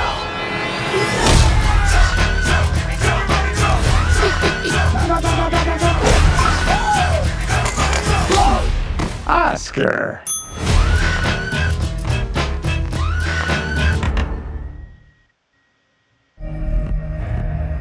This is Buick, now. Buick, exceptional by design. Get 0.9% APR on these 2025 Buick models. Plus, current eligible non-GM owners get up to $3,000 allowance on Encore GX. It's now been 4 years since the incident at the Abbey, and late one night at a chapel somewhere in France, a priest sends his altar boy down to the basement to retrieve some wine. Later on, he's carrying it back downstairs when he finds his ball placed on top of the steep stool, and thinking that it's quite strange, he kicks it away into the dark hallway behind him. When he turns around, he's surprised to find the ball right back in the middle of the room, but this time when he kicks it in the shadows, a jug of wine suddenly explodes, sending him running back up the stairs to find the priest. As the more strange noises begin to come from all around them, the priest leads the way into the chapel, where he's horrified to see the holy water boiling up until there's nothing left but a puff of steam. All of a sudden, the nun appears from the shadows and lifts him high into the air, and he screams as his body is completely engulfed in flames. I mean, there's nothing that the boy can do but run for his life, and before anyone knows what happened, a shadowy man leaves the scene and disappears down the alley, making one down with 6 more to go. After defeating the demon and quite possibly saving the entire world, Sister Irene decided to live the quiet life at a convent in Italy. Now, instead of battling demons, she helps out junior nuns who've picked up some bad habits, like her good friend Sister Deborah here. But little does she know that the Vatican is about to bring her out of retirement. As for her old buddy Frenchie, he's going by his real name Maurice now, and working at an old monastery somewhere in France that's been turned into an all-girls boarding school. He's got a crush on this teacher, Miss Kate, and the woman's daughter Sophie is pretty much his best friend, but the girl has a lot of trouble fitting in with the other students. One morning, after waking from a terrifying nightmare, Sister Irene learns that someone from the Vatican is there to see her. The cardinal explains that they've been tracking a series of suspicious deaths at churches all across Europe, and they all seem to connect back to the demon that she battled years before. They think the demon from the Abbey has somehow come back, and with Father Burke having died from a sudden illness, she's the only person alive with real demon-slaying experience, so they're sending her on a mission to track it down and slay it again. Now, you'd probably have to imagine that Sister Irene obviously wants nothing to do with this, but if someone doesn't stop it, then there's no telling where the demon might strike next. So with no other choice, she boards a train and heads to France in search of answers, never suspecting just how much worse everything is about to get. Alright, this all sounds awfully familiar. Maybe a little too familiar, if you ask me? Like we're trapped in a sequel? No, I'm just kidding. But anyway, Sister Irene here already tried saying no, but it seems like this is one of those jobs that you really can't refuse, right? So if the Vatican is making her go out demon hunting again, then she doesn't want to make the same mistakes as last time. When it comes to fighting a demon, knowledge is power, and the more that she knows about what it wants, the better her chances are of defeating it. Based on what they know so far, it seems like it's attacking at very specific locations, and if they can figure out why, they can predict where it's going to strike next. First, I'd request a full report on each attack, including the exact location, time, and date, a profile of the victim, and if there was anything significant about the location itself, like if the place is known for storing any holy relics. If we look for connections between the victims, we might be able to figure out why they were targeted, and this could help us predict who the next target might be. If possible, I'd even ask them to mail her a personal item that's connected to each incident. That way, she could use her visions to see if it tells her anything. Now, if holy relics can be used to defeat the demon, then it might want to get control of these objects before they can be used against it. The church should already know where most of them are, and since the demon is steadily moving west across Europe, any locations that are known to have a relic on site need to be prepared for battle. I would suggest moving the relic to a fortified chamber that's been blessed and sealed off with prayers. Then leave a high-ranking priest and an armed guard to watch it 24/7, and if they notice any signs of trouble, they need to call up the Vatican like pronto. But there's something else important that they're forgetting. Sister Irene and Father Burke weren't the only ones at the Abbey. Frenchie was there too. When Sister Irene last saw him, he said that he was going to Hungary, which matches up with the scene of the first attack. If Irene had noticed this, she could have asked someone in Hungary to see if her old buddy Frenchie had been in the area, and maybe learned where he was headed next. Or if she still has something personal from her time together, she can use it to induce a vision and see where he is. Now, one last thing before she gets going. Instead of doing this alone, she needs to bring a team of meat shields with her. I mean, she hasn't realized that Sister Deborah is already planning to join her, but I'd also ask the Vatican to assign me like a researcher with deep knowledge about demons, holy relics, and all that important stuff, and a priest armed with like all of the demon fighting gear that we mentioned back at the start of the video. And we need to make sure that everyone goes to confession this time so the demon can't use their guilt against them.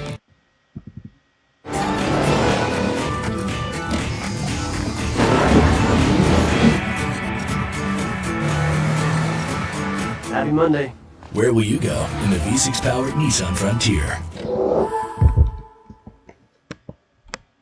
One of the most important differences between the left and the right is how each regards the role and the size of the government. The left believes that the state should be the most powerful force in society. Among many other things, the government should be in control of educating every child, should provide all health care, and should regulate often to the minutest detail how businesses conduct their business. In Germany, for instance, the government legislates the time of day stores have to close.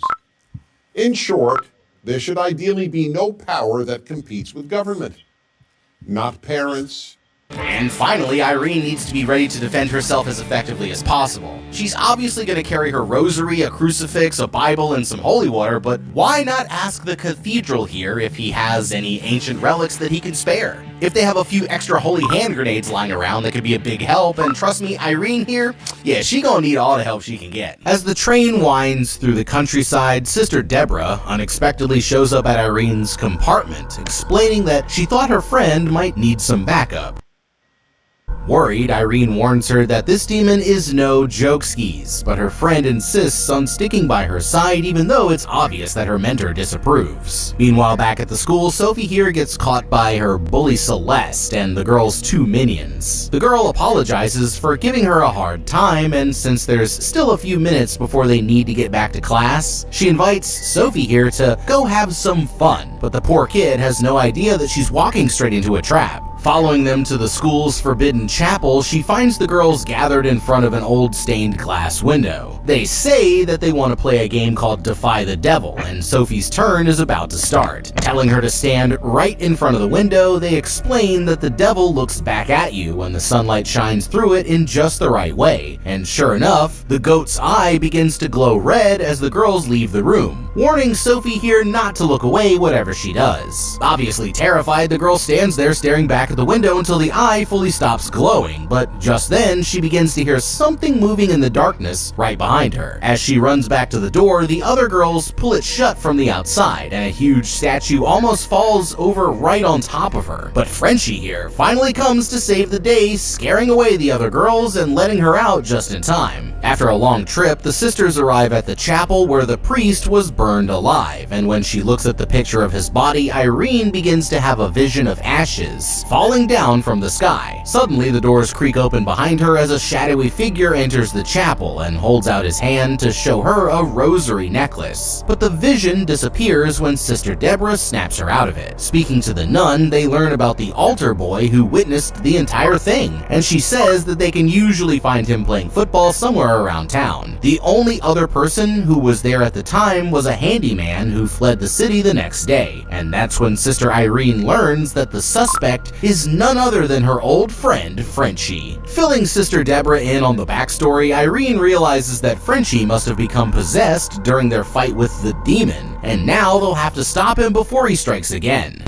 Alright, I guess it's true what they say. You either die a hero or you live long enough to see yourself become the villain. Now, Irene just found out that her buddy Frenchie might be connected to these demonic attacks. And they also learned about the altar boy who might have seen something, so this gives us two fresh ideas for our investigation. First, let's start with the search for Frenchie. After killing the priest, he would have been trying to get out of the area quick, and in 1950s France, the most common forms of long-distance travel were trains and buses. So if they want to find out where he went, those might be good places to start. First, Irene should go to the nearest train station and ask if the workers recognize Frenchie's description. They most likely won't think twice about helping a nun, and if she explains that it's somebody close to her, they might be willing to share more personal details, like they most likely keep a logbook of ticket sales, so if anyone bought a one-way ticket at a suspicious hour and left in a hurry, that can probably help narrow it down. He's probably headed towards another church or convent, so that should also help narrow the search. Now, if he traveled by bus, it might be a little bit more difficult, but she can still ask the drivers if they noticed a guy who matches Frenchie's description any time over the last few days. I'd also check at the local taverns to see if anyone there recognizes him, because he might have left behind clues about where he was going. And if there's a known relic site that's a few days travel from the city, they should call the hotels in the area to see if her friend Maurice already checked in, because that's probably where he's headed next. And finally, if he left any personal belongings here at the church, she might be able to use them to induce a vision that tells her where to find him. Now, while Irene tracks down Frenchie, Sister Deborah should be out looking for this altar boy.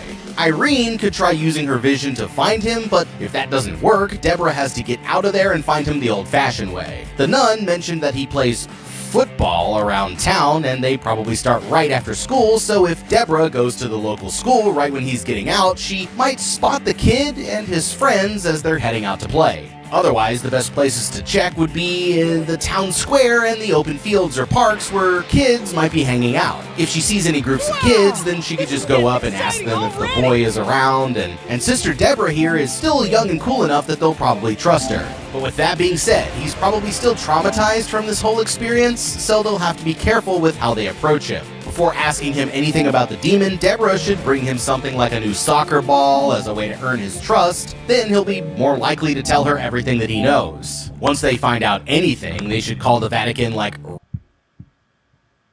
working in law